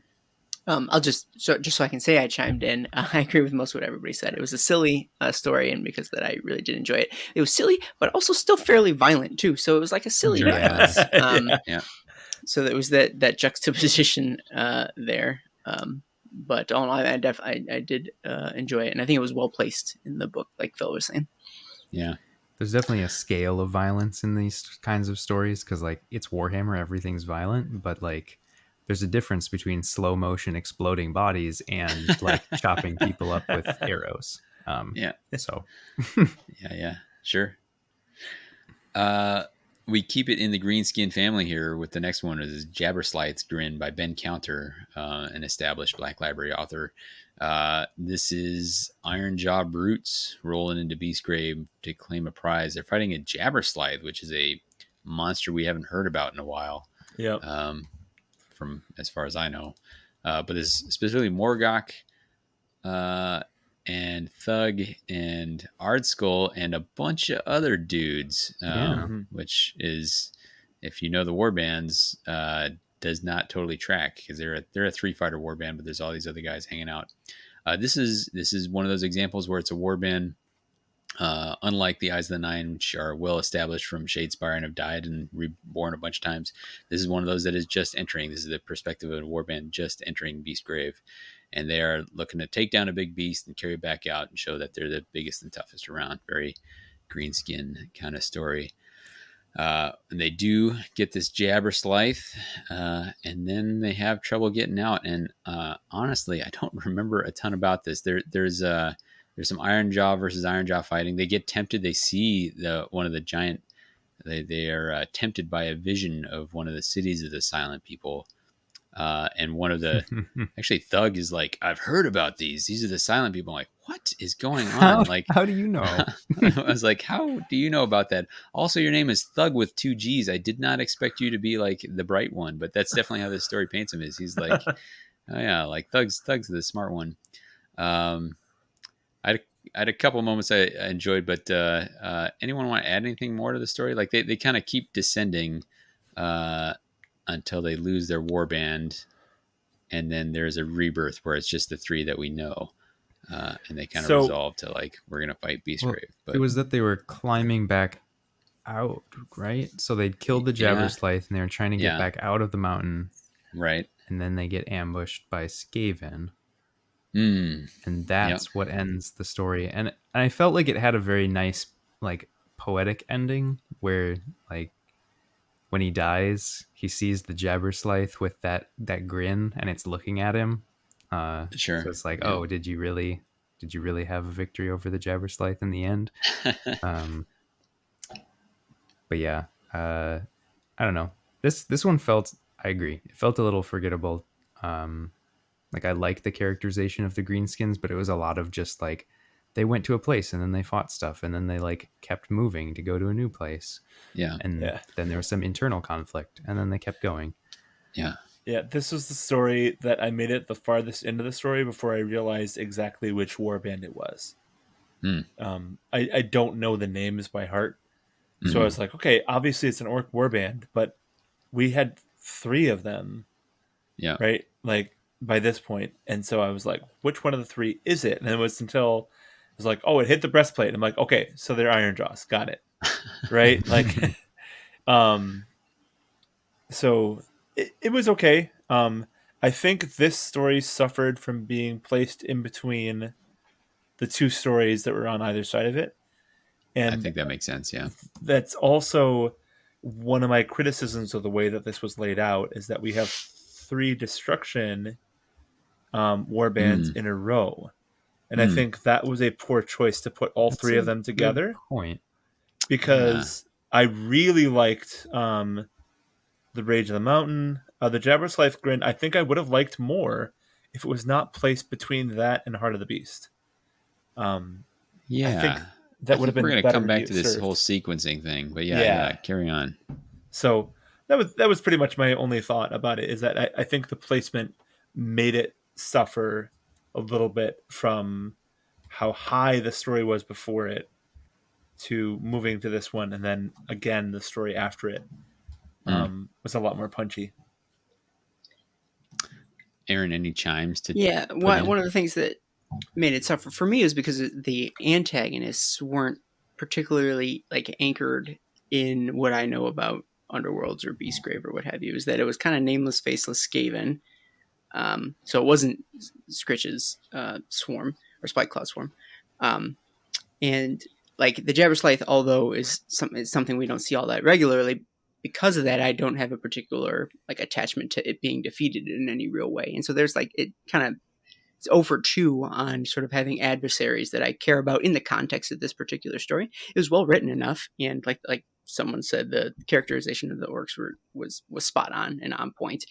But the fact that it didn't feel like it needed to be a Beastgrave story at all, I think knocked it off a few pegs for me. Oh, and furthermore, the fact that it was like a whole Auric like fist as opposed to just like the 3 that we know also sort of removed it from the setting. So I think I find some of my favorite stories in this anthology are the ones that like adhere closer to the setting of the game as we know it. And this one diverged, more than most. And I think, in my opinion, it suffered for it. Sure. I think one moment I did particularly enjoy here is Ardskull decides to challenge for leadership of the warband, and Morgok is actually kind of injured a little bit, but he's not going to let on, and there's no other way to do it. He's got to prove might is right, and he chops him straight in the forehead with one of these choppers, and it's like, Ardskull had the name Ardskull for a reason, and it's not that he had like a metal plate in his head; it's just that like the blade like lodges in his skull and then like sticks there and doesn't get through, and he's like, cool, now I have your sword in my head and I'm gonna just keep doing my thing. That was pretty I was like, whoa, rough stuff. So that was I like that depiction of Auric resilience, I guess. Yeah, it's definitely good. And like you could tell he'd done that before, because he knew to like shake his head to disarm his opponent. Yeah, exactly. This is my trick. Get chopped right in the head, and then joke's on you. It's my strong spot. Yeah. Any other thoughts on Jabberslythe's Grin?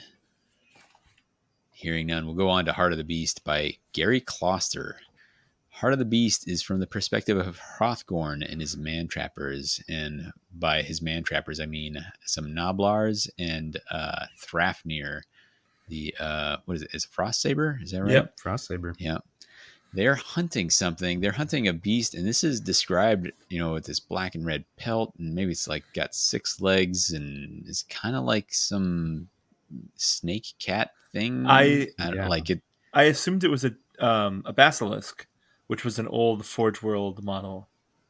That could be. I don't have any. Did any of you ever read the ElfQuest comics? No, I If read there's some any of them, listeners, but like, so we call this a 2%er, right? Like 2% of the audience is going to pick up on this. So there was a monster in that called Mad Coil, and that's what I pictured. But it's he's on this hunt, and he was part of, and I can't remember the names of the ogre things, an Alfrastun or something like that. Yep. Um, and he's pretty low on the totem pole there, but he's like, if I can catch this, impressive beast, then I'll be second only to the big boss. And I'll have the acclaim that comes from this. And so he's in there with these Noblars, and it is him, and he's actually like relatively aware that Beastgrave is trying to manipulate him, trying to influence him. And so he has almost like, obviously he's not having a back and forth conversation, but he speaks directly to the mountain at times, and that was a fun take to have on this. Yeah. As he works on hunting down this monster, and along the way they also run into Garrick's Reavers, not named, but you can figure out what's going on. There's a guy with a beard. They're Khorne followers, and they die. They definitely, Garrick's Reavers inspire in this one. Yeah. So They got good. Yeah. They meet their inspiration condition. And it follows that, and he ultimately does not manage to catch this beast, realize it's going to be the long haul, but he's not going to let the mountain get the best of him. There were some things I enjoyed, but let me hear your guys' take about this. My favorite thing about this story was probably the interpersonal relationship of the warband and how Hrothgorn relates to the Noblars and just how they operate, because I guess I wasn't actually completely sure how that would all work. Sure. And getting a little more personalization for Threfnir, although I always kind of figured that Threfnir was going to be like a super loyal sort of creature. Yeah. And finding out that Threfnir is a female, which I thought was like, hey, all right. Here's what I didn't know about Frost Sabers is that they like create their own they're just always cold around them. Yep. Yeah, this is rough on Thrafnir because Thrafnir is constantly like freezing and thawing and freezing and thawing. It's always wet. She's just soggy and like unhappy. Bummer. Yeah, and that's gonna have to probably doesn't smell great either. Probably well, I'm sure an ogre doesn't smell great. And I'm like, man, you're just gonna have to deal with that for eternity because you can't die now and you're stuck in this mountain. But at the same time, while I enjoyed learning more about the warband and how they operate, I felt that the actual story, at least for me, wasn't super compelling. Like, I guess I just didn't think that the hunt gave me enough reason to like care about what he was doing in the mountain. And so I kind of wished that there was a little more going on there. And it led to a lot of action sequence scenes. And it's just kind of like, I can appreciate it, but at the same time, I'm like, I don't need to read about how he fires his crossbow like 20 times. But what if he fires his crossbow with a trap in it? Well, I mean, he does that a few times too. It is cool to think about like Quiv standing on his back, like loading the crossbow automatically, but like the novelty wore off after the first time. I gotta say I enjoyed Quiv being really good at his job. Me too. He'd be like bolt, and Quiv would like spring into action, all of a sudden be like really good at this one job. Trap. Loaded in. And then one time when he needed a light, he's like torch. Quiv's like sweet, and like loads a torch into the crossbow. He's like, no, you idiot. He's like, what? Torch? Yeah. Yeah, Quiv was maybe my favorite part of this story. Quiv was definitely my favorite part too. Yeah. Oh no, I love the two other Noblars who literally never let go of each other. Yeah, exactly. Like he got hauled up and eaten by the monster, and he's still holding onto those legs. He's like, I'm not gonna let go. For just for clarity, so the Forge World Basilisk, as far as I can tell, the original Forge World models actually have red and black stripes on the back of the model All right, itself. there it And is. it has 6 legs and it has a fairly triangular head. So Okay. I think that's what he was definitely doing. That's the kind of investigative journalism that you tune into this podcast for, listeners. Exactly. Can't get it anywhere else. Nope. No, I really enjoyed this story, mostly because of the Nobblers. But I also enjoyed how the ogre hunter was actually super tactical in his choices and intentional. Oh yeah, That it was fun where he has bushwhacker. He's like, hey, go set up a trap. Mhm. The actual trap is like that bushwhacker and the other nobblers are the bait. Yeah. Yep. That was good. Yeah. Tells him to put it on the ceiling, and he's like, "What? How? Like how? Yeah. How am I? What do you want like, me to do?" Just do it. Yeah. The story was almost irrelevant. That wasn't the point of this. Yeah. The point was to see them like interact with each other. Yeah. Well, and the other thing was, I like that he was a hunter and he was defined by his hunt. Mm-hmm. And how he said, when I finish this hunt, I'm going after the heart of the mountain, which I felt was the most direct actual relation to Direchasm in any of the stories. Sure. Right. So, yeah. I love that Quiv also just like randomly picked up something that glowed, which is his torch. Yeah. Like it became super useful, but it was just like Got literally some like sweet treasure. like yeah, exactly. Like they felt like the Nobblers felt like a terrible level 1 adventuring party that were following like a level 15 like like knight. It was pretty fun. So Did I dream that he at one point shot a trap and then swung from it? Like from he nope, did. you did Nope, not. He was did Batman, that. but an ogre. Almost didn't make it. God, this story was so cool. Yeah. And I just loved also, not that I'm a wuss or anything, but this story was also relatively violent, and sometimes on behalf of the Nobblers. Like when they got a chance to really get their licks in, like they did. Yeah, they were like yeah, murderous little children again. Yep. Yeah, exactly. There was kind of a dark moment where they because one of the trap uses, he yanks one of the reavers all the way across this chasm, and then by the time he managed to turn around, they've like chewed this dude's face off, but he's like clearly still alive because his tongue is still moving. I was like, whoa, like where that is like a discordant note in this like laugh along story here. I think it was like hey, just remember you're in Beastgrave and it sucks in Beastgrave. Well, and also Nobblers remember are no joke. Exactly. Like Nobblers are vicious little things. If you are at their mercy, you're in trouble. Yeah. So that was the Heart of the Beast. Anybody got any last thoughts there? All right, Halls of Gold by Thomas Parrott. This stars the Profiteers, and specifically, this is the first story that actually starts in Shadespire. So the Profiteers, they're a warband that arrived in Nightvault.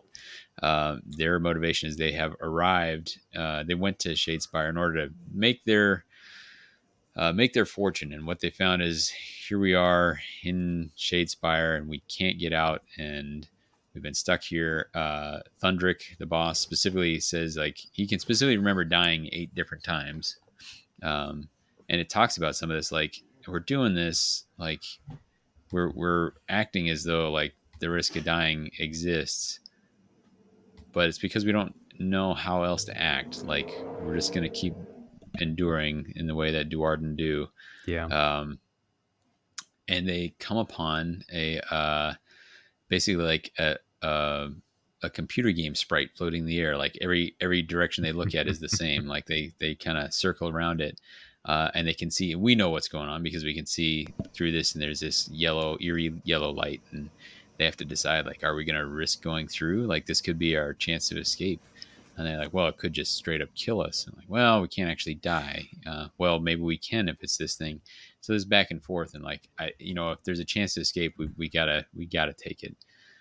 And so they step on through and end up in Beastgrave. Then they use their Duarden sense of tunnels to actually. This is the first warband I think that sees daylight. Right? Mm-hmm. They actually get to an opening midway up the mountain, and they're like, oh. there's the outside. But you know what? We're not cursed anymore. We're not in Shadespire, and we are stone cold broke. We got to get something. Like there's no fate worse than being broke. Apparently, if Yep. you're a Caradron overlord, Yep. it's like, you know what? We have great direction sense. We know tunnels. Let's turn around and head back. And this is like a horror movie moment, right? Yep. Like, because we know like this is the wrong choice. We're like, no, like don't do Yelling it. at the book. Just walk out of the mountain and find some treasure on your way to Excelsis or something. And instead they go back in and they run into Zarbag's Gits. And they're this is like a moment of dismay for them because like, we remember these dudes. We fought these guys before, like, and they were back in Shadespire, so that's not great, but maybe it's fine. Like, and they engage in a fight. And it's super brutal. Like, this is a very grisly, violent scene. Like this, the way it's written is pretty graphic. Yep. And they, Thundrick is like, oh my gosh, I can't. We could have gotten out, and instead I got my whole crew killed. Both. It's a total wipeout except for Thundrick. And while he's kneeling there, considering the the cost of what he's done, all of a sudden from behind him, his crew is like, hey, Captain, are you okay? It's like, oh snap, the curse followed us, and that's kind of the note we end on. So, interesting, different take. What about your take, Phil? Yeah, I liked this story, but I was just like, you could have gotten out. And I was just like, oh no. But I mean, I figured nobody was getting out because we know they're still in there and still fighting. Yeah. I did like how so the mountain has been luring everybody there and like gives them the reason to come deeper into the mountain. Mm-hmm. And usually that's through like putting visions into their head or some sort of nebulous sense that like, I should probably go into this spooky mountain that everybody says is going to like kill everything. Yeah. But for these guys, like they're specifically looking for treasure. They're specifically looking for like aether gold, and all their instruments say that there is aether gold in the mountain, and they even comment about like, well, that doesn't really make any sense. How is there aether gold in the mountain? They're like, well, it's probably somebody's stash. Like, we can explain this away. And it makes me wonder, like, how much power does the mountain really have to affect reality near the mountain? Because they have instruments that are supposed to be able to detect aether gold, and they said that there was aether gold, but we know there probably really wasn't. So, well, they found some though, right? Like that's what they found a stash that then disappeared. So admittedly, yeah. you're suspicious of what is or isn't true. But then, like, didn't one ingot still remain? It was so, like that this was there. huge pile of treasure, and then after the fight, there's just this one ingot left, and he's like, "Well, wait, what?" And so I don't know. I don't believe it, but it's sort of this questionable thing of like, can we really believe what's going on? Because everything that's happening in this mountain seemingly is somewhat nebulous. It's like, is it real? Is it not? Is it shifting? Sure. Is it constant? I think that across a lot of these stories, there have been some examples of like maybe the characterizations have been really great, but maybe the stories have been lacking, but like the characterizations kind of save it.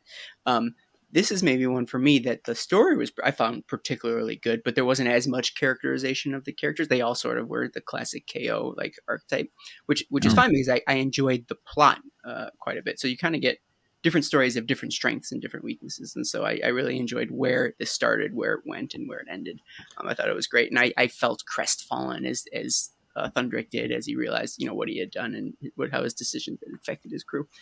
And then additionally, I thought this is one of the better, maybe even one of the best fights at the end when they're fighting the Gits. It's neat because the Gits are such a varied war band, right? And to some degree, the Profiteers are too. They're equipped in different ways. And so it was neat to see them go head to head and see the, if not creative, like the unique ways that each side deals death, right? Essentially like how, one once, like to see the atomizer in action, or to see the fanatic spinning around, and just sort of how each individual is dangerous in their own ways. And so that was a cool fight to see everybody sort of play to their strengths. So I really liked that part too. Yeah, I'm trying to think what it specifically was about this fight that was like so made it so brutal. I think, sometimes in the Black Library fiction, the violence that they write is kind of like over the top, or it's like, or it's so over the top that it's abstracted, like, he swung his axe and it went through 3 necks, and each of them sprayed crimson arcs through the air. And this felt like almost, it's hard to say because it's like fantastical things, but almost like a more believable violent, like the injury. I don't know. Like I could picture these things like actually happening. And it felt harder hitting. Like I remember, if not shocked is the word, but being like a little shaken, like reading some of this. And I guess, yeah, hats off to C.L. Werner. Oh, no, not C.L. Werner, Thomas Parrott on that for, because we do play this for escapism, but maybe sometimes it's good to remember that violence is uncool. Yeah. So, I think for me it was how he described the individual injuries on each of the fighters in the KO warband, sure, and how they just kept getting more and more mauled, right? And then he made sure to kind of tie it back to Fundrick watching this happen, right? Because it wasn't even necessarily about the wounds themselves. It was just about how despondent and how he realized how terrible this was. And so when you get to the point where he's like, this was a terrible decision and this was all my fault, you felt like it was your fault a little bit too, like for reading through what happened to him. I can safely say it was less that for me. I think it was the suddenness of it. Like, like the fight started and people just started dropping like that. Like, Driz gets the back of his head blown out by a shot from one eye, or dead eye Lund. And like everyone's just like dropping like that, and it's I guess it's that suddenness and extremity of the violence was like startling when you're used to, like, your heroes are like, they were cut in bleeding from a dozen cuts and could feel something, a broken rib, or, like you're used to that sort of thing where like, they took a lot of hits, but they kept going. And that's because that's always how it goes. These people were just going down. Well, when neither player takes an objective grabbing deck, it's kind of what happens, right? Sure. Like when Drexskewer goes down, he gets shot out of the sky by a magical bolt, and as soon as he hits, he takes out one squig, but the other gets him in his jaws and starts shaking him, and like that's how he ends. Like that's a brutal way to go. Yeah. I wonder if there's also something to it where, I don't know, the Caradhran use guns, and like it's closer to our reality than like bows and arrows. Sure. And I mean the depictions from Deadeye Lund shooting guys, that was a part that I felt like it wasn't necessary to like talk about how after shooting somebody, they like their body kind of still flopped around for a bit after their skull was vacated through their eye. And like, right, I don't know, it just, this is I think is probably one of the ones that I had commented on earlier, where it was like things get dark and like kind of comes out of nowhere, and it's almost unnecessarily dark sometimes. So sure. But I mean, it kind of comes with the territory. Like Warhammer is brutal. Anybody got any more thoughts about this? I'll just ask David. David, did you played the Profiteers quite a bit, right? Yep. Do you feel like you had a certain level of affection towards them, and to see them like mowed down maybe played some part of it as well? Like that, like, like, I don't know, you have an intimate knowledge with, some of these folks. I don't know, that might be part of it too. Maybe. I think some of it is also like at the time they don't know that they're coming back. I think is also, that maybe feeds more into Paul's point of the, I think it was just like the suddenness and the graphicness, suddenness and how graphic it was. Like was hewed more to a more realistic take that we don't always get here. And I found that to be, if he was shooting, he was shooting to kind of shake us up. I think he was successful. So Cool. You have been shook. I mean, not cool. yeah. All right. Any more thoughts? Or on to the Root of Death by C.L. Werner. As previously mentioned, the author of the Beastgrave novel. This is following the worm spat. We get a little nod to why they are the worm spat, because when they went to seek out Beastgrave, they got swallowed up by a worm and spat out. And so like, you know what we are now? The worm spat. So they are on a mission. They're going to try and seek out the source of the Cataphrane curse. They call it the Unplague, I believe. Yep. And specifically, the problem is this Unplague, this thing that is artificially stopping the cycle of death and regrowth. Instead, it's death and rebirth and death. It's infecting Gur with this stagnation of Nagash, basically, and that is like an antagonism we've seen in the past in Age of Sigmar and Warhammer lore. Is Nurgle's all about those cycles, all got to get it in those cycles, and Nagash wants total stagnation, like wants everything to be like a frozen point where everyone's dead and everyone's following him. And so this is another motivation for coming to Beastgrave that makes sense, but is also unique to that particular warband. And so they're trying to seek out the source of this Unplague, which they believe they find. And this is a thing that we've seen. There was a very, very short, not even a short story, like a couple 2 to 3 paragraph thing in the Beastgrave rulebook of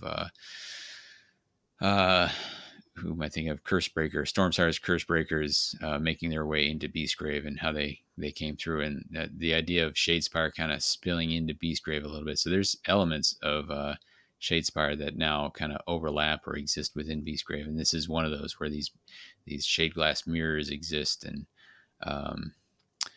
this large root of a plant is brushing up against those and crystallizing, and they're theorizing that this is transmitting the curse throughout the mountain, and so they're going to try and take this down. They are fighting. I think the Wild Hunt shows up here. Is that correct? They do. Yeah. So at times they're directly fighting against them, but I think at one point they're both actually working against this root. At one point, they're kind of back and forth on this. And this is another where the Wild Hunt kind of figure out like that they got to take down Fecula, so they kind of try to focus her down, and that's kind of the core conflict. Anybody got anything they want to share about this one? I really liked the Wretchling. I thought that was a cool little thingy. Yeah. Tekula talked about how she swallowed the Wretchling, and the Wretchling loved it, and then would like wander around in your stomach, and then she would throw her up again. That was fun. Yeah. And she's like, the next time I do it, I got to file down his horns. Yep. Like, it was painful. Pretty rough. Yeah. Nurgle, you gross. Yeah. Well, and like, so I was kind of torn here because the characterization I felt like matched exactly what I expected for all the different characters, and I felt like they were done really well. But at the same time, I really don't like Nurgle, and like the characterization of Nurgle is something I don't enjoy. So reading about it wasn't actually all that enjoyable for me, particularly with the Wretchling, because like, well, I liked the idea of this little Wretchling thing. It's like this little weird dog and like swimming around in her stomach. And it's like, oh, that's funny. But it's like she's brewing some sort of plague inside her stomach, and the way she gets it back out is having the Wretchling go get it. And it was like, ugh, that's really gross. I gotta say, it makes sense that it's called a Wretchling now. Like, I don't know if that was like always canon, but now I'm like, oh yeah, the name means something. Words mean things, Aaron. Yeah, that's what I keep saying.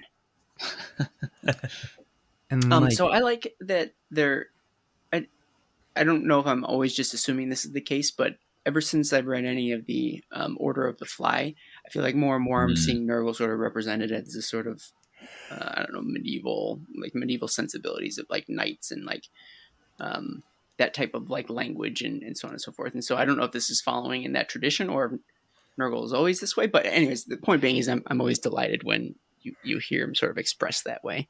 And despite not being written by Josh Reynolds, who I believe is the progenitor of the Order of the Fly, I hope it continues in that direction and we sort of see that characterization going forward. Sure. Yeah, I mean they have intentions matter, right? Like they from their perspective they have noble intentions on this, and so that makes them a little more fun to read. Yeah, there was one moment I liked is like Fecula kind of it's almost like this. Well, it is a self-sacrifice thing. Like she goes all out. She's like, we're gonna ignore the wild hunt.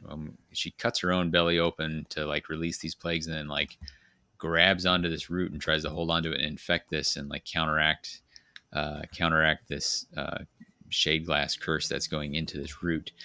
And it's this kind of selfless sacrifice thing, which is not something that you would typically, associate with a chaos faction, but she does do it, and it seems to work. But then she falls away, and then discovers that she and her warband are in fact also afflicted with this curse, because although she gets up, she's like, well, maybe I didn't actually like get hit hard enough, or maybe I didn't fall hard enough to die. She sees Golgotch, who definitely got skewered like through and through by that big old meanie Skaith. And she's like, okay, well, I guess we're just going to deal with it. And, with the idea that, the followers of Nurgle endure. That's one thing they definitely do. They go on to keep working on it. So I like how a lot of these stories have like end on like final dramatic like quotes from the main characters. Like the ogre one did too, but she ends with, "We will prevail, and woe betide whatever thinks to interfere with the worm spat." Credits roll. Yeah. Dun, dun, dun, dun. Yeah. Very dramatic. Yeah. So any other thoughts on the Root of Death, or should we proceed to the last story in all of this anthology? I'd rather not. Yeah, unfortunately. So we have Gaslight, and this is by Anna Stevens.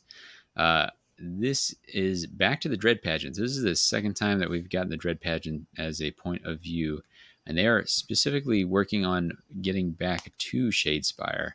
And when I say back to, they've not been. This is a warband that started in the Gur version, but they are theorizing, hey, I think we can get from here into Shadespire. And that's critical because Shadespire is in this nether realm in between two other realms, Ulgish, which also happens to be where Slaanesh is imprisoned. And they think there is basically a MacGuffin, for lack of a better characterization, that will help them. It's a powerful Slaaneshi thing that will help them gain fame, glory, and maybe release Slaanesh himself. That's about the summary of that. They're in conflict with some people along the way. I think the interesting things for me was that like it's a two-way street apparently, that you can go back and forth from Shadespire to Beastgrave. Yeah. I don't know that we've seen much of that, but that makes sense. That's kind of cool. Shadespire's still there. It's not like it's a ghost town now. But you've been great, everybody. See you later. Try the veal. And I think they encounter the cataphragms. They encounter some like magic using skeletons. I just felt like at a number, and you guys can correct me if I'm wrong, but I don't think you will. I think Anna Stevens, she didn't write poorly, but it seemed like she missed some of the background here, where like Vasilak is casting spells and like the cataphragms are getting directly involved, if that's what we were seeing. There was a bunch of stuff that was like, I don't know if this is how this is supposed to work. And I don't know if it's because I'm making wrong assumptions, or if the author here just kind of didn't pick up on some of the background or not. But other thoughts from folks? Yeah, I don't know. I wasn't sure what to make of this one. I think it did an okay job of being like, these are followers of Slanesh, and this is kind of how they operate. Yeah. I don't, and I guess maybe it's okay to not like how chaos people function. Sure. But like all the depictions of them like torturing people is just not cool. Icky. It's icky. And I was Yeah. just like, nah, I don't need, like, let's just skim ahead. Yeah. It's a fair point. It felt like more of an exploration of like what it meant to be a hedonite of Slanesh more than what it Yeah. meant to be like in Beastgrave. And Maybe is that I do feel like a lot more so than the first encounter we had with the Dread Pageant, where everything with the first encounter with the Dread Pageant really seemed to be that sort of excess of pain. Whereas this one, they seem to explore a lot more different sort of facets of excess, which I think sure? was good, because I think Slanesh is complicated in that way and is often written like with one sort of vein as the primary thrust of the story, and then it's like you can kind of lose the track. And I feel like that's happened in the history of Slanesh a lot, and in Mm. some ways has made Slanesh problematic, but like it really is all encompassing, and it's all these different aspects and all. I mean, it's like the Sure. seven deadly sins kind of thing in one chaos god, even though each one is kind of an embodiment of a few of those different concepts. Right. My sorry, sort of unrelated, I guess, but my problem with this story is that very little happened, and we spend way too much time in like the internal monologue of what's her name, Glazette, yeah, Glazette, and like her internal monologue is all over the place. Like she never really had any sort of central focus. First, she was like, "All right, well, I'm concerned about Slake Slash, but I'm also concerned about I want to stay in the mountain." But in the next breath or mental breath, she's like, "Oh, but we also got to get to Shadespire," and it was very scattered, and maybe that's what the brain the inner thoughts of a hedonized Slanesh, maybe they're all scattered, but it seemed like we spent so much time jumping between idea and idea and idea that never really went anywhere, that the plot never ended up going anywhere either. And sometimes that's okay. Like some of the stories I was fine with the plot not really going anywhere, the ogre story, but like nothing happened. And then all of a sudden, now there's orcs, and like I see one of them, and then we kill him. And there's also a Skaven that was getting dragged around for reasons I don't quite understand. Like, how did that contribute to the story at all? Magic ritual to get back to Shadespire, I guess. It did, but it didn't. Yeah, they didn't explain that. No, they talk about the gaslight. Like, it seems like all this very important thing that like no one explains, which is okay because sometimes things are unexplainable, but no one really seems to focus on. They'd all just sort of take it for granted. No one seems to be curious as to what the deal with the gaslight is. I'd never heard of it. It seems like again sort of a tacked on conceit. So I don't know what the story thought it was trying to do, or what she was trying to like get, what, if there was a central idea she was trying to impart. But I feel like I got lost. Fair. Yeah, it almost felt like the end was the goal, which I think is often tough, because it's like if you know you have to end up in a place, that sometimes you can kind of, ideally, the best part of the story is the middle bits, right? Like you don't really have to care about where it starts and where it ends, as long as everything in the middle is good and gives you a like fulfillment of like, I liked how this was told. It felt like this story, the whole point was to get them to a place where they wanted to go out of Direchasm. Yeah. And which they do and are surrounded by skeletons. Yeah. So Yeah, hundreds of undead, which also makes me wonder, like, okay, so if this story is going to somehow be continued in whatever the next aspect of Underworlds is, like, we're not going back to Shadespire, are we? Like that. No. That feels impossible. Like, let's call it Shadespire. Two additional Even complaints then, that I want to get in real quick. In that, like, what were the deal with the Beatles? Like, how did that contribute to the story? Like, at all? yeah. That seemed completely out of place. And the idea that she was so suspicious of the Slangor seemed so very much like it was a tell not show situation, where she kept talking about how she didn't trust him, but I never saw any reason for her to doubt him in the first place. And so, like, that also threw me for a loop. All right, I'm done. Tagging All out. right. So, Fair enough. conspiracy theory. What if we're going to go to Ulfenkarn next season? And that's That why we does have sound so like many a Paul theory. skeletons. Yep. Hashtag Paul theory. That Number 2. wouldn't be. Yeah. Yeah, that would be really interesting. I could see that for sure. But number 2, this is the first story where we are rehashing, reintroducing a warband that's already been used, right? Because in the first story, we already had the Dread Pageant. And I understand they weren't quite as like specifically drawn out and delineated as far as the different members of the warband. But to have this as a story defining them at the end, I could see how, in a certain sense, it would be kind of like starting at the point where you end, but at the same time, it's also like, well, we've already talked about them. And there's so many other war bands that you might have, like, delved into a little bit more, that it might be hard to parse the two separately instead of comparing the two directly. Does that make sense? Sure. Yeah.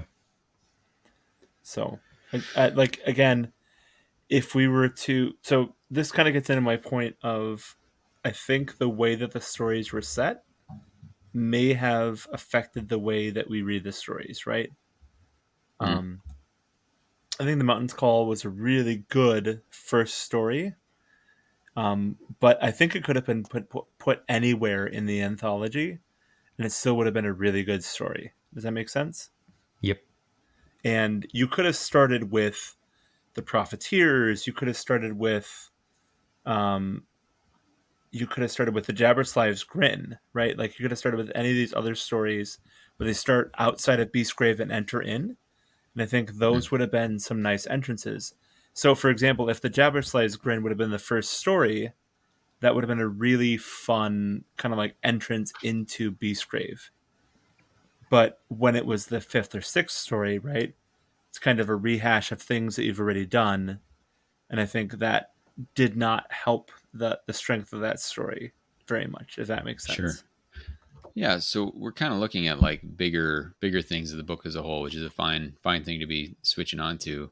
And you're talking about this sequencing thing. Like, I haven't really thought about it until we talked about it here, but like, when you have an anthology of short stories, like, it's got to be like sequencing an album. Like, all right, like, I've got something up tempo. Okay, now I've got a real downer. Like, how many up tempo in a row can I go? Yes. How do I like change the pace without really grinding the gears? Like, I think that's got to be fairly challenging for someone to do. There's got to be particular skill to that. Yeah.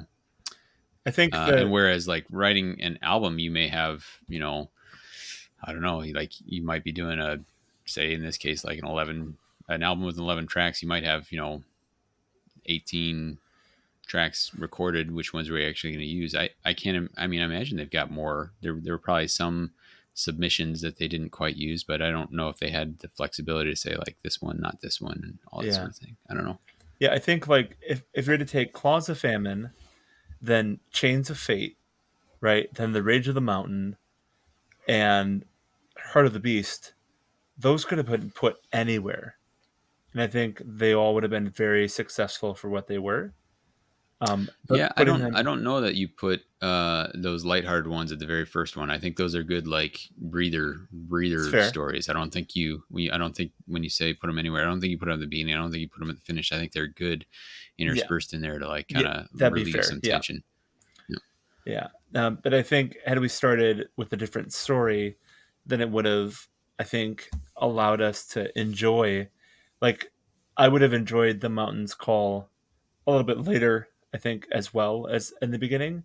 It was a great intro, but because it deals with two war bands and it's such a well characterized story, it could have stood its own at any point. And I think that might have actually, like, had we gotten, for example, the Gaslight, as the first story, perhaps that would have been a really interesting introduction, because it would have attempted to get the characters back to where they started, as opposed to the ending where I feel like all the warbands have now realized where they are and what's going on.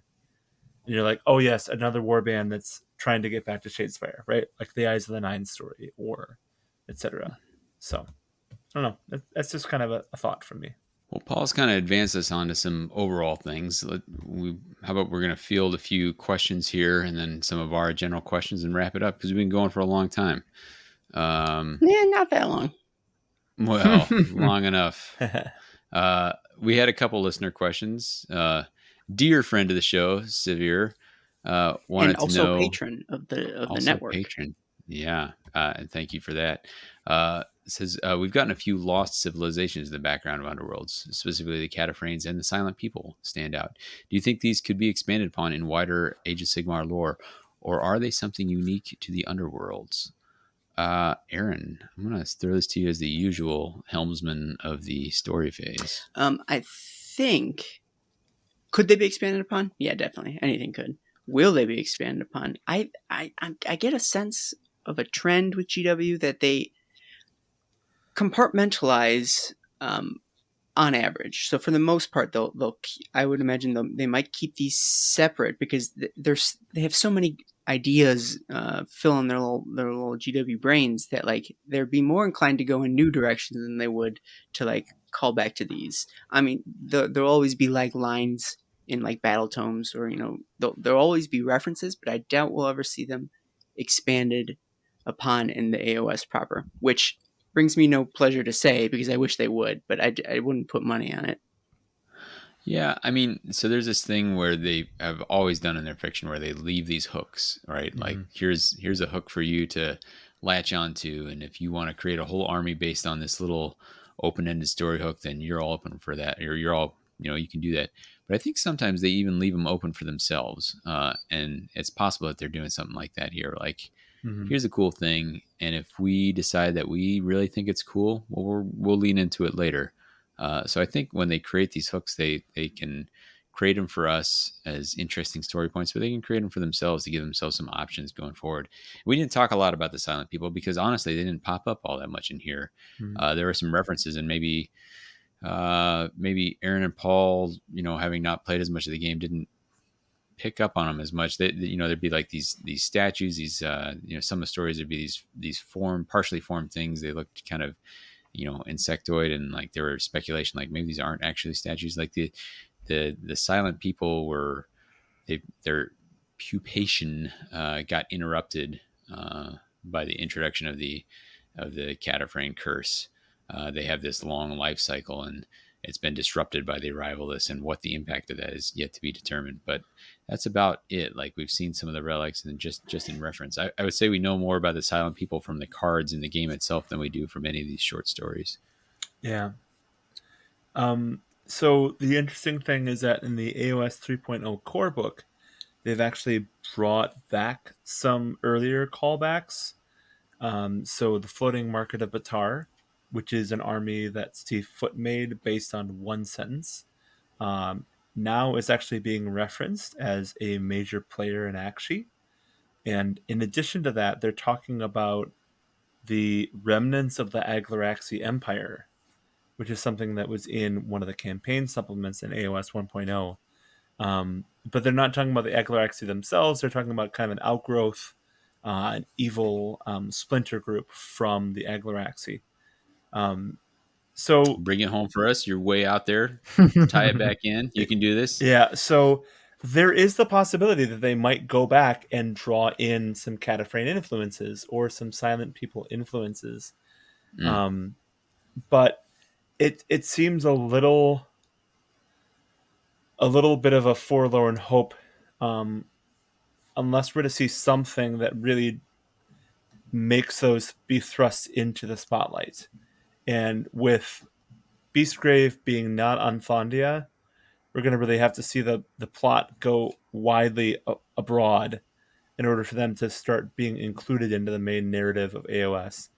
with the Cataphragms being completely wiped out and in Shyish, and we've already went to Shyish, and nothing produced from that. That seems like an even farther call out that's going to be something that will end up influencing the future. So they definitely could be expanded upon, but I don't think that they're going to be anything that is, and I think they will continue to be unique to Underworlds. I mean, this feels like they like to have the distant past kind of peoples to just Yep. be there and sort of be static. I mean, they even just introduced two new ones with the Draconith and the Drogruk. Mm-hmm. So I think they like to have that sort of grounding history that's sort of in the dead past, where it's like we don't have to actually worry about it, but it's, hey, it's this thing and it's there and it's grounding the universe. Where I would actually like to see them pick up more of their story hooks from Underworlds is where they have like groups in Underworlds that don't really fit into any of the existing factions in AOS, Mm-hmm. particularly Kurnothi, but also some of the greenskins. And it's like, well, how do you sort of explain where these guys came from and where they fit in? Because they're not anywhere else, but obviously they must be part of one of these larger groups. So Yeah, I mean, and that is a fair point, especially in this crossover episode, because people often look at these Warhammer Underworlds warbands and see that, okay, maybe this is a faction that's coming, and often that's actually the case. Like we see Molag, and then more new Trogoths show up, and we see I don't know, like the Slaanesh or the Soulblight. Like we see these different warbands show up and they're followed by something, but then sometimes we don't. We see Wolf Riders, or we see the Godsworn Hunt, or the Kurnothi, and they don't develop into anything. So, we're ranging kind of far from the original question, but it's not impossible. I think we're saying that it probably won't happen, but in my mind, I think they're leaving it open. They're giving themselves an out if they want to. But we have one more listener question. This is from the one and only Confusion Card, asking the only question he could ask, which is, how is the Confusion Card integrated into the plot of the book? And I have to assume, because his avatar is the Confusion Card from Beastgrave, that he's speaking about that one specifically. That is a card that has one of Skate's Wild Hunt looking through some amber at a very shocked Ungor. And I mean, that's kind of that nightmare vibe of like, there's bad guys are just on the other side of the glass. They're right there. How do I get to them? Can they get to me? And the quote on that one is, the cursed caverns within Beastgrave can disorient even the most keen-minded explorer. And that is definitely a theme that I would say runs through this book. Like, absolutely. Everybody's always disoriented, like, or, even if they think they know where they're going, they probably don't. Things close up behind them or don't, and they just get lost. And there's a very claustrophobic sense. And, that card, I know this is a joke question, but that's the kind of sense the card gives you. And that's the sense we get from this book. But to the greater sense of themes, what, anyone want to comment on, like, any unifying themes or subjects that we saw throughout this book after reviewing it in full here? It was definitely mentioned sort of throughout, but hunger was always something that was coming up, and it seems to have been being driven by the mountain itself. But it explains the hunger mechanic in the game, and sort of why you would make.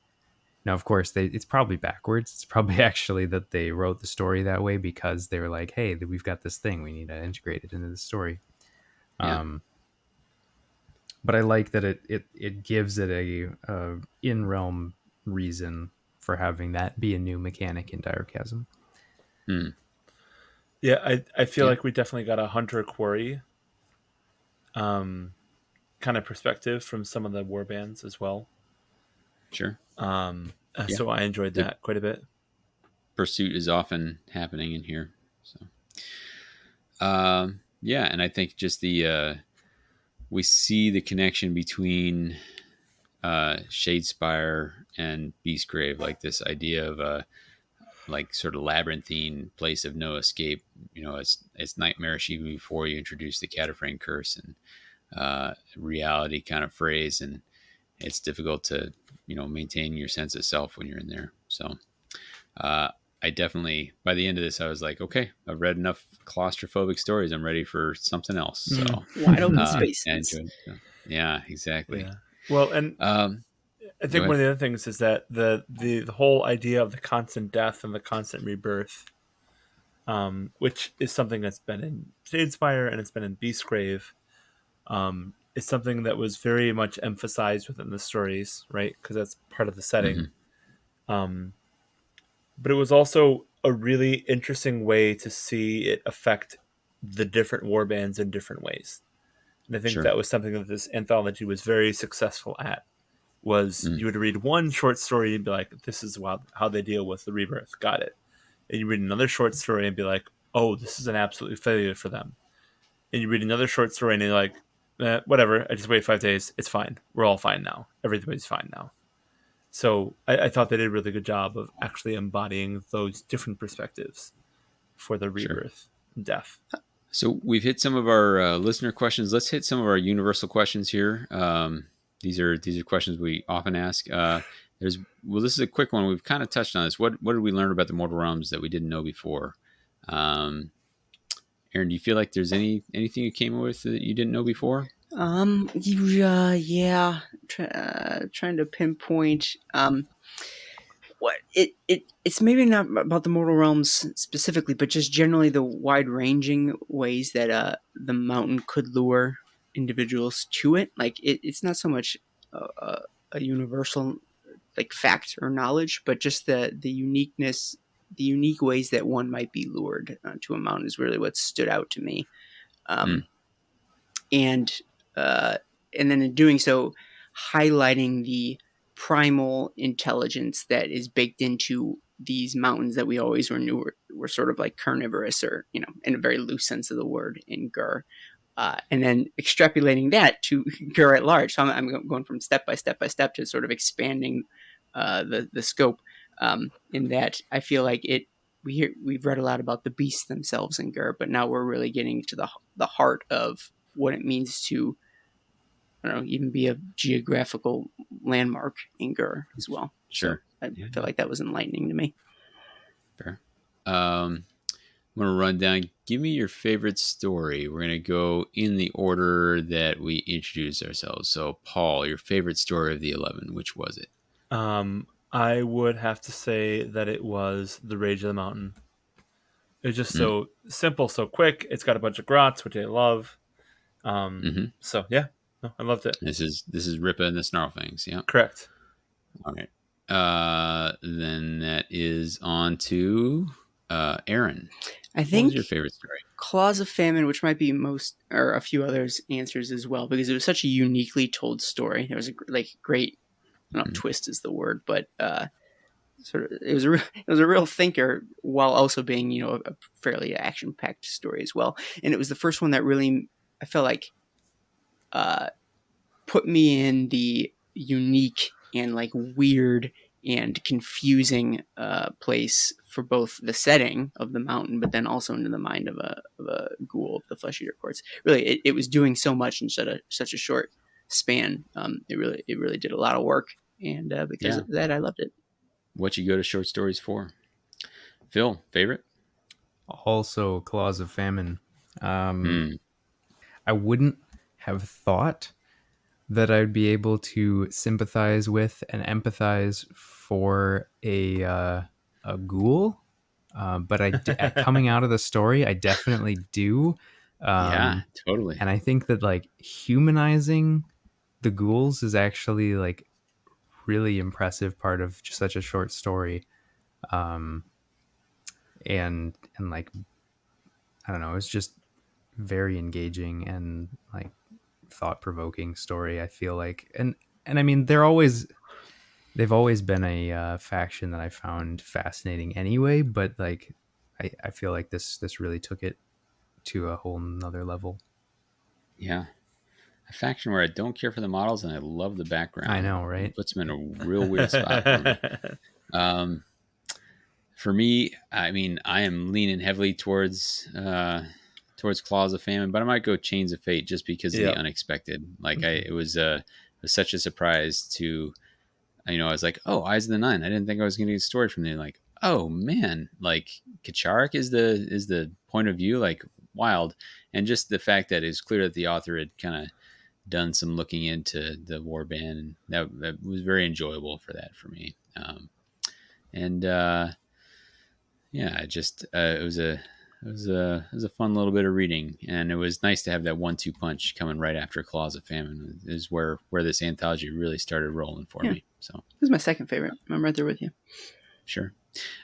One thing we like to ask is who's your dude, and this is who's your gender neutral dude. Who is the person that you enjoyed reading or identified with, or whatever the case may be. And we're going to go in the order that these notes exist. So Aaron, who's your I'm dude? glad I'm going first because I would put money on me not being the only person to select this charismatic, important, impactful character. I know where you're going, but I don't know. It's Quiv is my dude. He's just, I mean, Noblar shouldn't be good at their jobs, but this guy is. He transcends his I don't know, his lot in life, and he's good at what he does, and what he does is slot bolts and traps into Hrothgorn's crossbow, and it seems like maybe a cop out is like a silly answer, but no, I felt like I learned something about him. I know more about him and maybe Nowblars as a whole coming out the backside of that story, and it was something that I didn't realize there was a hole in my knowledge, and I'm glad that I have filled it. Sure. All right, Phil, who's your guy? Yeah.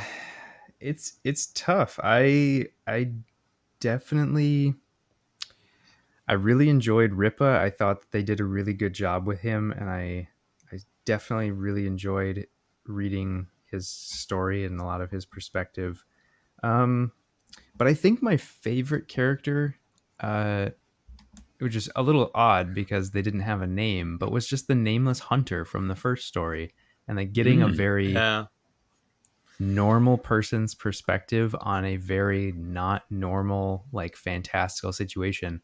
Like this person doesn't even really know that magic is like really possible. They're like, yeah, I know, like there's the stories and stuff from our tribe, but like that's just myths and legends, and then gets thrown into this world of just basically high fantasy Age of Sigmar, and is like just has to deal with this. And I feel like it allows us as the reader to sort of get pulled along into this story.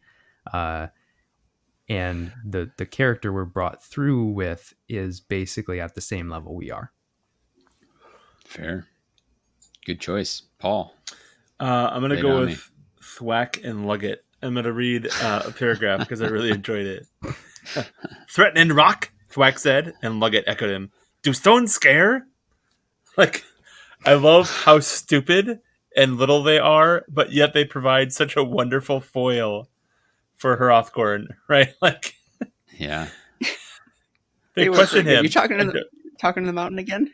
Yeah, exactly. Hey, like boss? It's literally like, okay, you're the boss, but like you're talking to some freaking rock, buddy. Like, what's going on here? Yeah. Wow. Nice. Should I pick Bushwhacker so we just get all the Noblars? I mean, hey, I'm cool with it.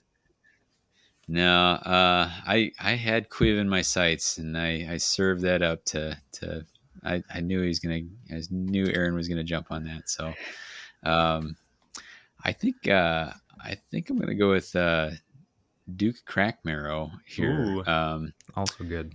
Specifically because of that interaction where, like, I'm sure what they were actually doing was pretty gnarly. Like, when he is handing out rations and when he's, letting Valerie drink from his blood and all that sort of thing. But the thing is, like, how they're understanding it, like, they didn't just leave her to die. They found her. It was hard to find her. Like, they tracked her down, even when she was like seeing through her delusions and running away. Like they spent the energy to get her and bring her back into the fold. And it felt benevolent, and I thought that was interesting. And he felt like the noble leader that he thinks that he is. And however it looks from the outside, like I think I said earlier, intentions matter, and like he had good intentions here, and like that was kind of cool. So I'll go with the Duke. He was great because yeah. Go ahead. Just gonna say just that it. Oh god, that's the truth. That like, sure, they did a lot of monstrous things, but the kind things that he did were kind no matter what, or like generous no matter what. Whether he's a regular duke or a weird ghoul, he still let her drink out of him. Like, it's good no matter how you look at it. So that you're right. He was a good character. Yeah. I totally thought you were gonna pick Kacherik, Davey, and I was leaving Kacherik for you to pick. I thought about it hard. I would say Kacherik was like the one I could identify with. I had a whole thing about like, being so sure that you knew the best and better, and then like when it all comes down to the wire, having your comeuppance, and you're like, oh, I wasn't quite as smart as I thought I was. Like, I can identify with that moment, but I at the last minute I bucked away from that. Fair. I was almost there, and I appreciate you serving that up, Paul. All right. I think that about wraps it up for us. Does anybody have any last thoughts about this before we close it out? I did enjoy Beastgrave. I would recommend reading that for kind of a cool introduction into Gur, and also because Match Play right now is set in Gur. It's a very appropriate time to read the lore of Gur, and this is the most Gurian book that we have at the moment. So sure. I forgot we usually give ratings, so hit me with a rating there, Paul. I'm gonna go with 7 of 8 spider legs. I rather enjoyed it. It was a fun read for me, for sure. All right. Aaron, hit me with a rating. I did most of my reviewing up at the top, and I guess I didn't really need spoilers to say any more about it. And then, like, I genuinely enjoyed it.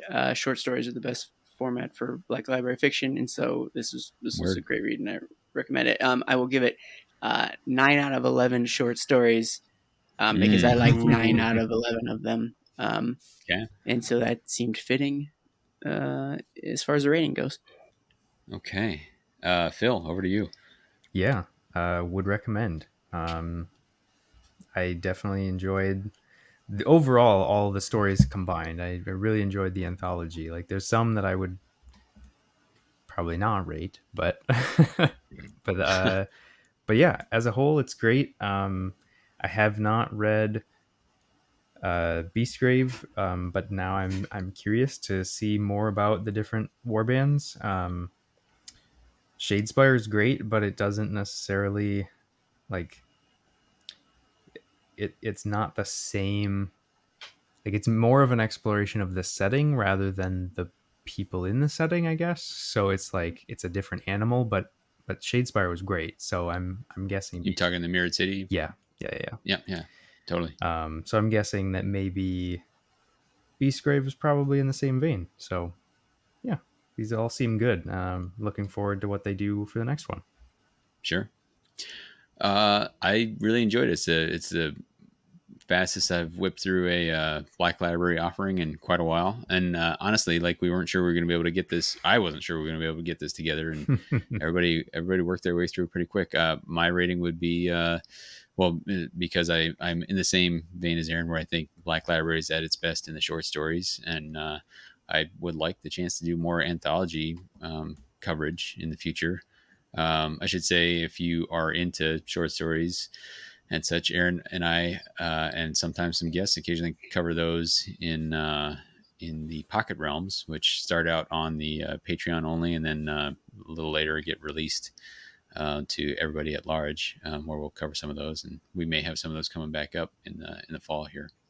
But yeah, my take on it is, we'll say 33 out of 36 war bands currently fighting in Direchasm Nice. is I like it. is what I'll give it. Pretty high rating. Couple slower moments, but very happy I read it overall.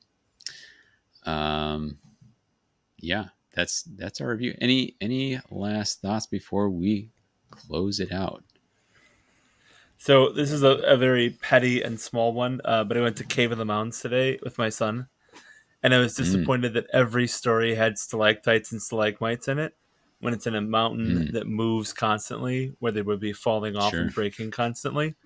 A wizard did it, So Paul. after going to Cave of the Mountains this morning, I was just like, oh, I'm kind of annoyed that every place is like this beautiful, fantastic stalactites, stalagmites. That was all. So. Fair enough.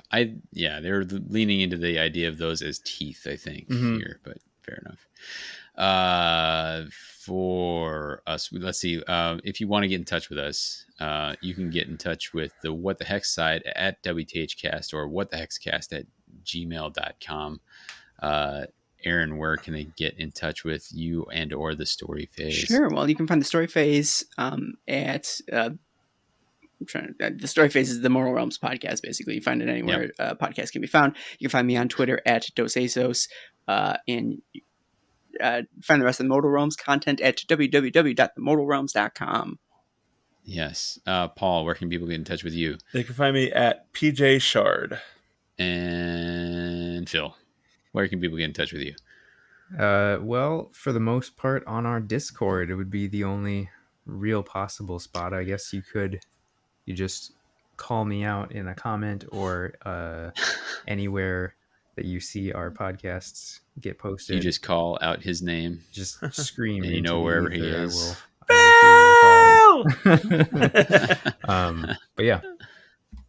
Yeah. You should do that. You should join our Discord. We try to have a welcoming, inclusive community there. There's some great conversations going on about all manner of things. If you want to rep us, you can get some apparel. There's a link on the mortalrealms.com with our shirts and all that sort of thing. There is some talk. We'll see what it comes to of season 4 of Dogs of Warcry coming together. Hopefully those guys will do so. Well, since you said it, now they have to. Oh, okay. You know what? We've been saying it on What the Hex for a little while, but now it's this crossover, so they are really stuck with it. Coming for the What the Hex, we're not going to make any promises. We're recording this pretty far in advance, so we're going to keep our options open. I'm not saying for the Story Phase. This might even be further in advance for them if you're hearing this on the Story Phase feed. One thing we like to do on What the Hex is provide a recommended listening, and for that it's going to be The Mountain by Steve Earle, and that's off the album of the same name. Gentlemen, any last comments before we sign out? No, but good idea. What is this, a crossover episode? Yeah. For What the Hex and the Story Phase, I've been Davey. This is Phil. This is Aaron. Paul?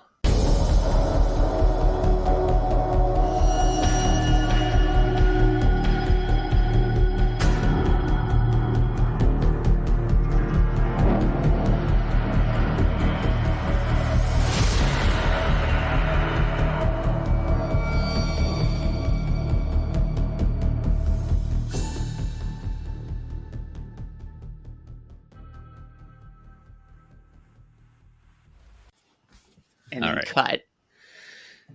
So then I'll run through this, and then I'm just going to take it and run with the, after that I'll run with the usual What the Hex segments, and then we'll kind of transition. We'll head to the Story Phase, and we'll have Paul do his readings. So cool. And then we'll get into it. Everybody good? Mm-hmm. Let's do it. Welcome to the Mortal Realms, an Age of Sigmar Story Phase. Oh boy. Welcome. It's not easy. Welcome to the Mortal Realms, an Age of Sigmar Story Phase. Grab your hammer so we can clear a path through the chaos and forge our own narratives in the Age of Sigmar. Your allies through the subterranean hellscape this episode are... I'm Paul. And hey guys, did you hear what the silent people said? No. Yeah, me neither. It's not bad. I'm Aaron, and get ready to hear jokes so bad that they will kill Davey and he will roll over in his beast grave. Already happening. And I'm Phil, down in my beast grave, never to leave, even in death. Somber. All right. And I'm Davey, and I live, I die, and I live again.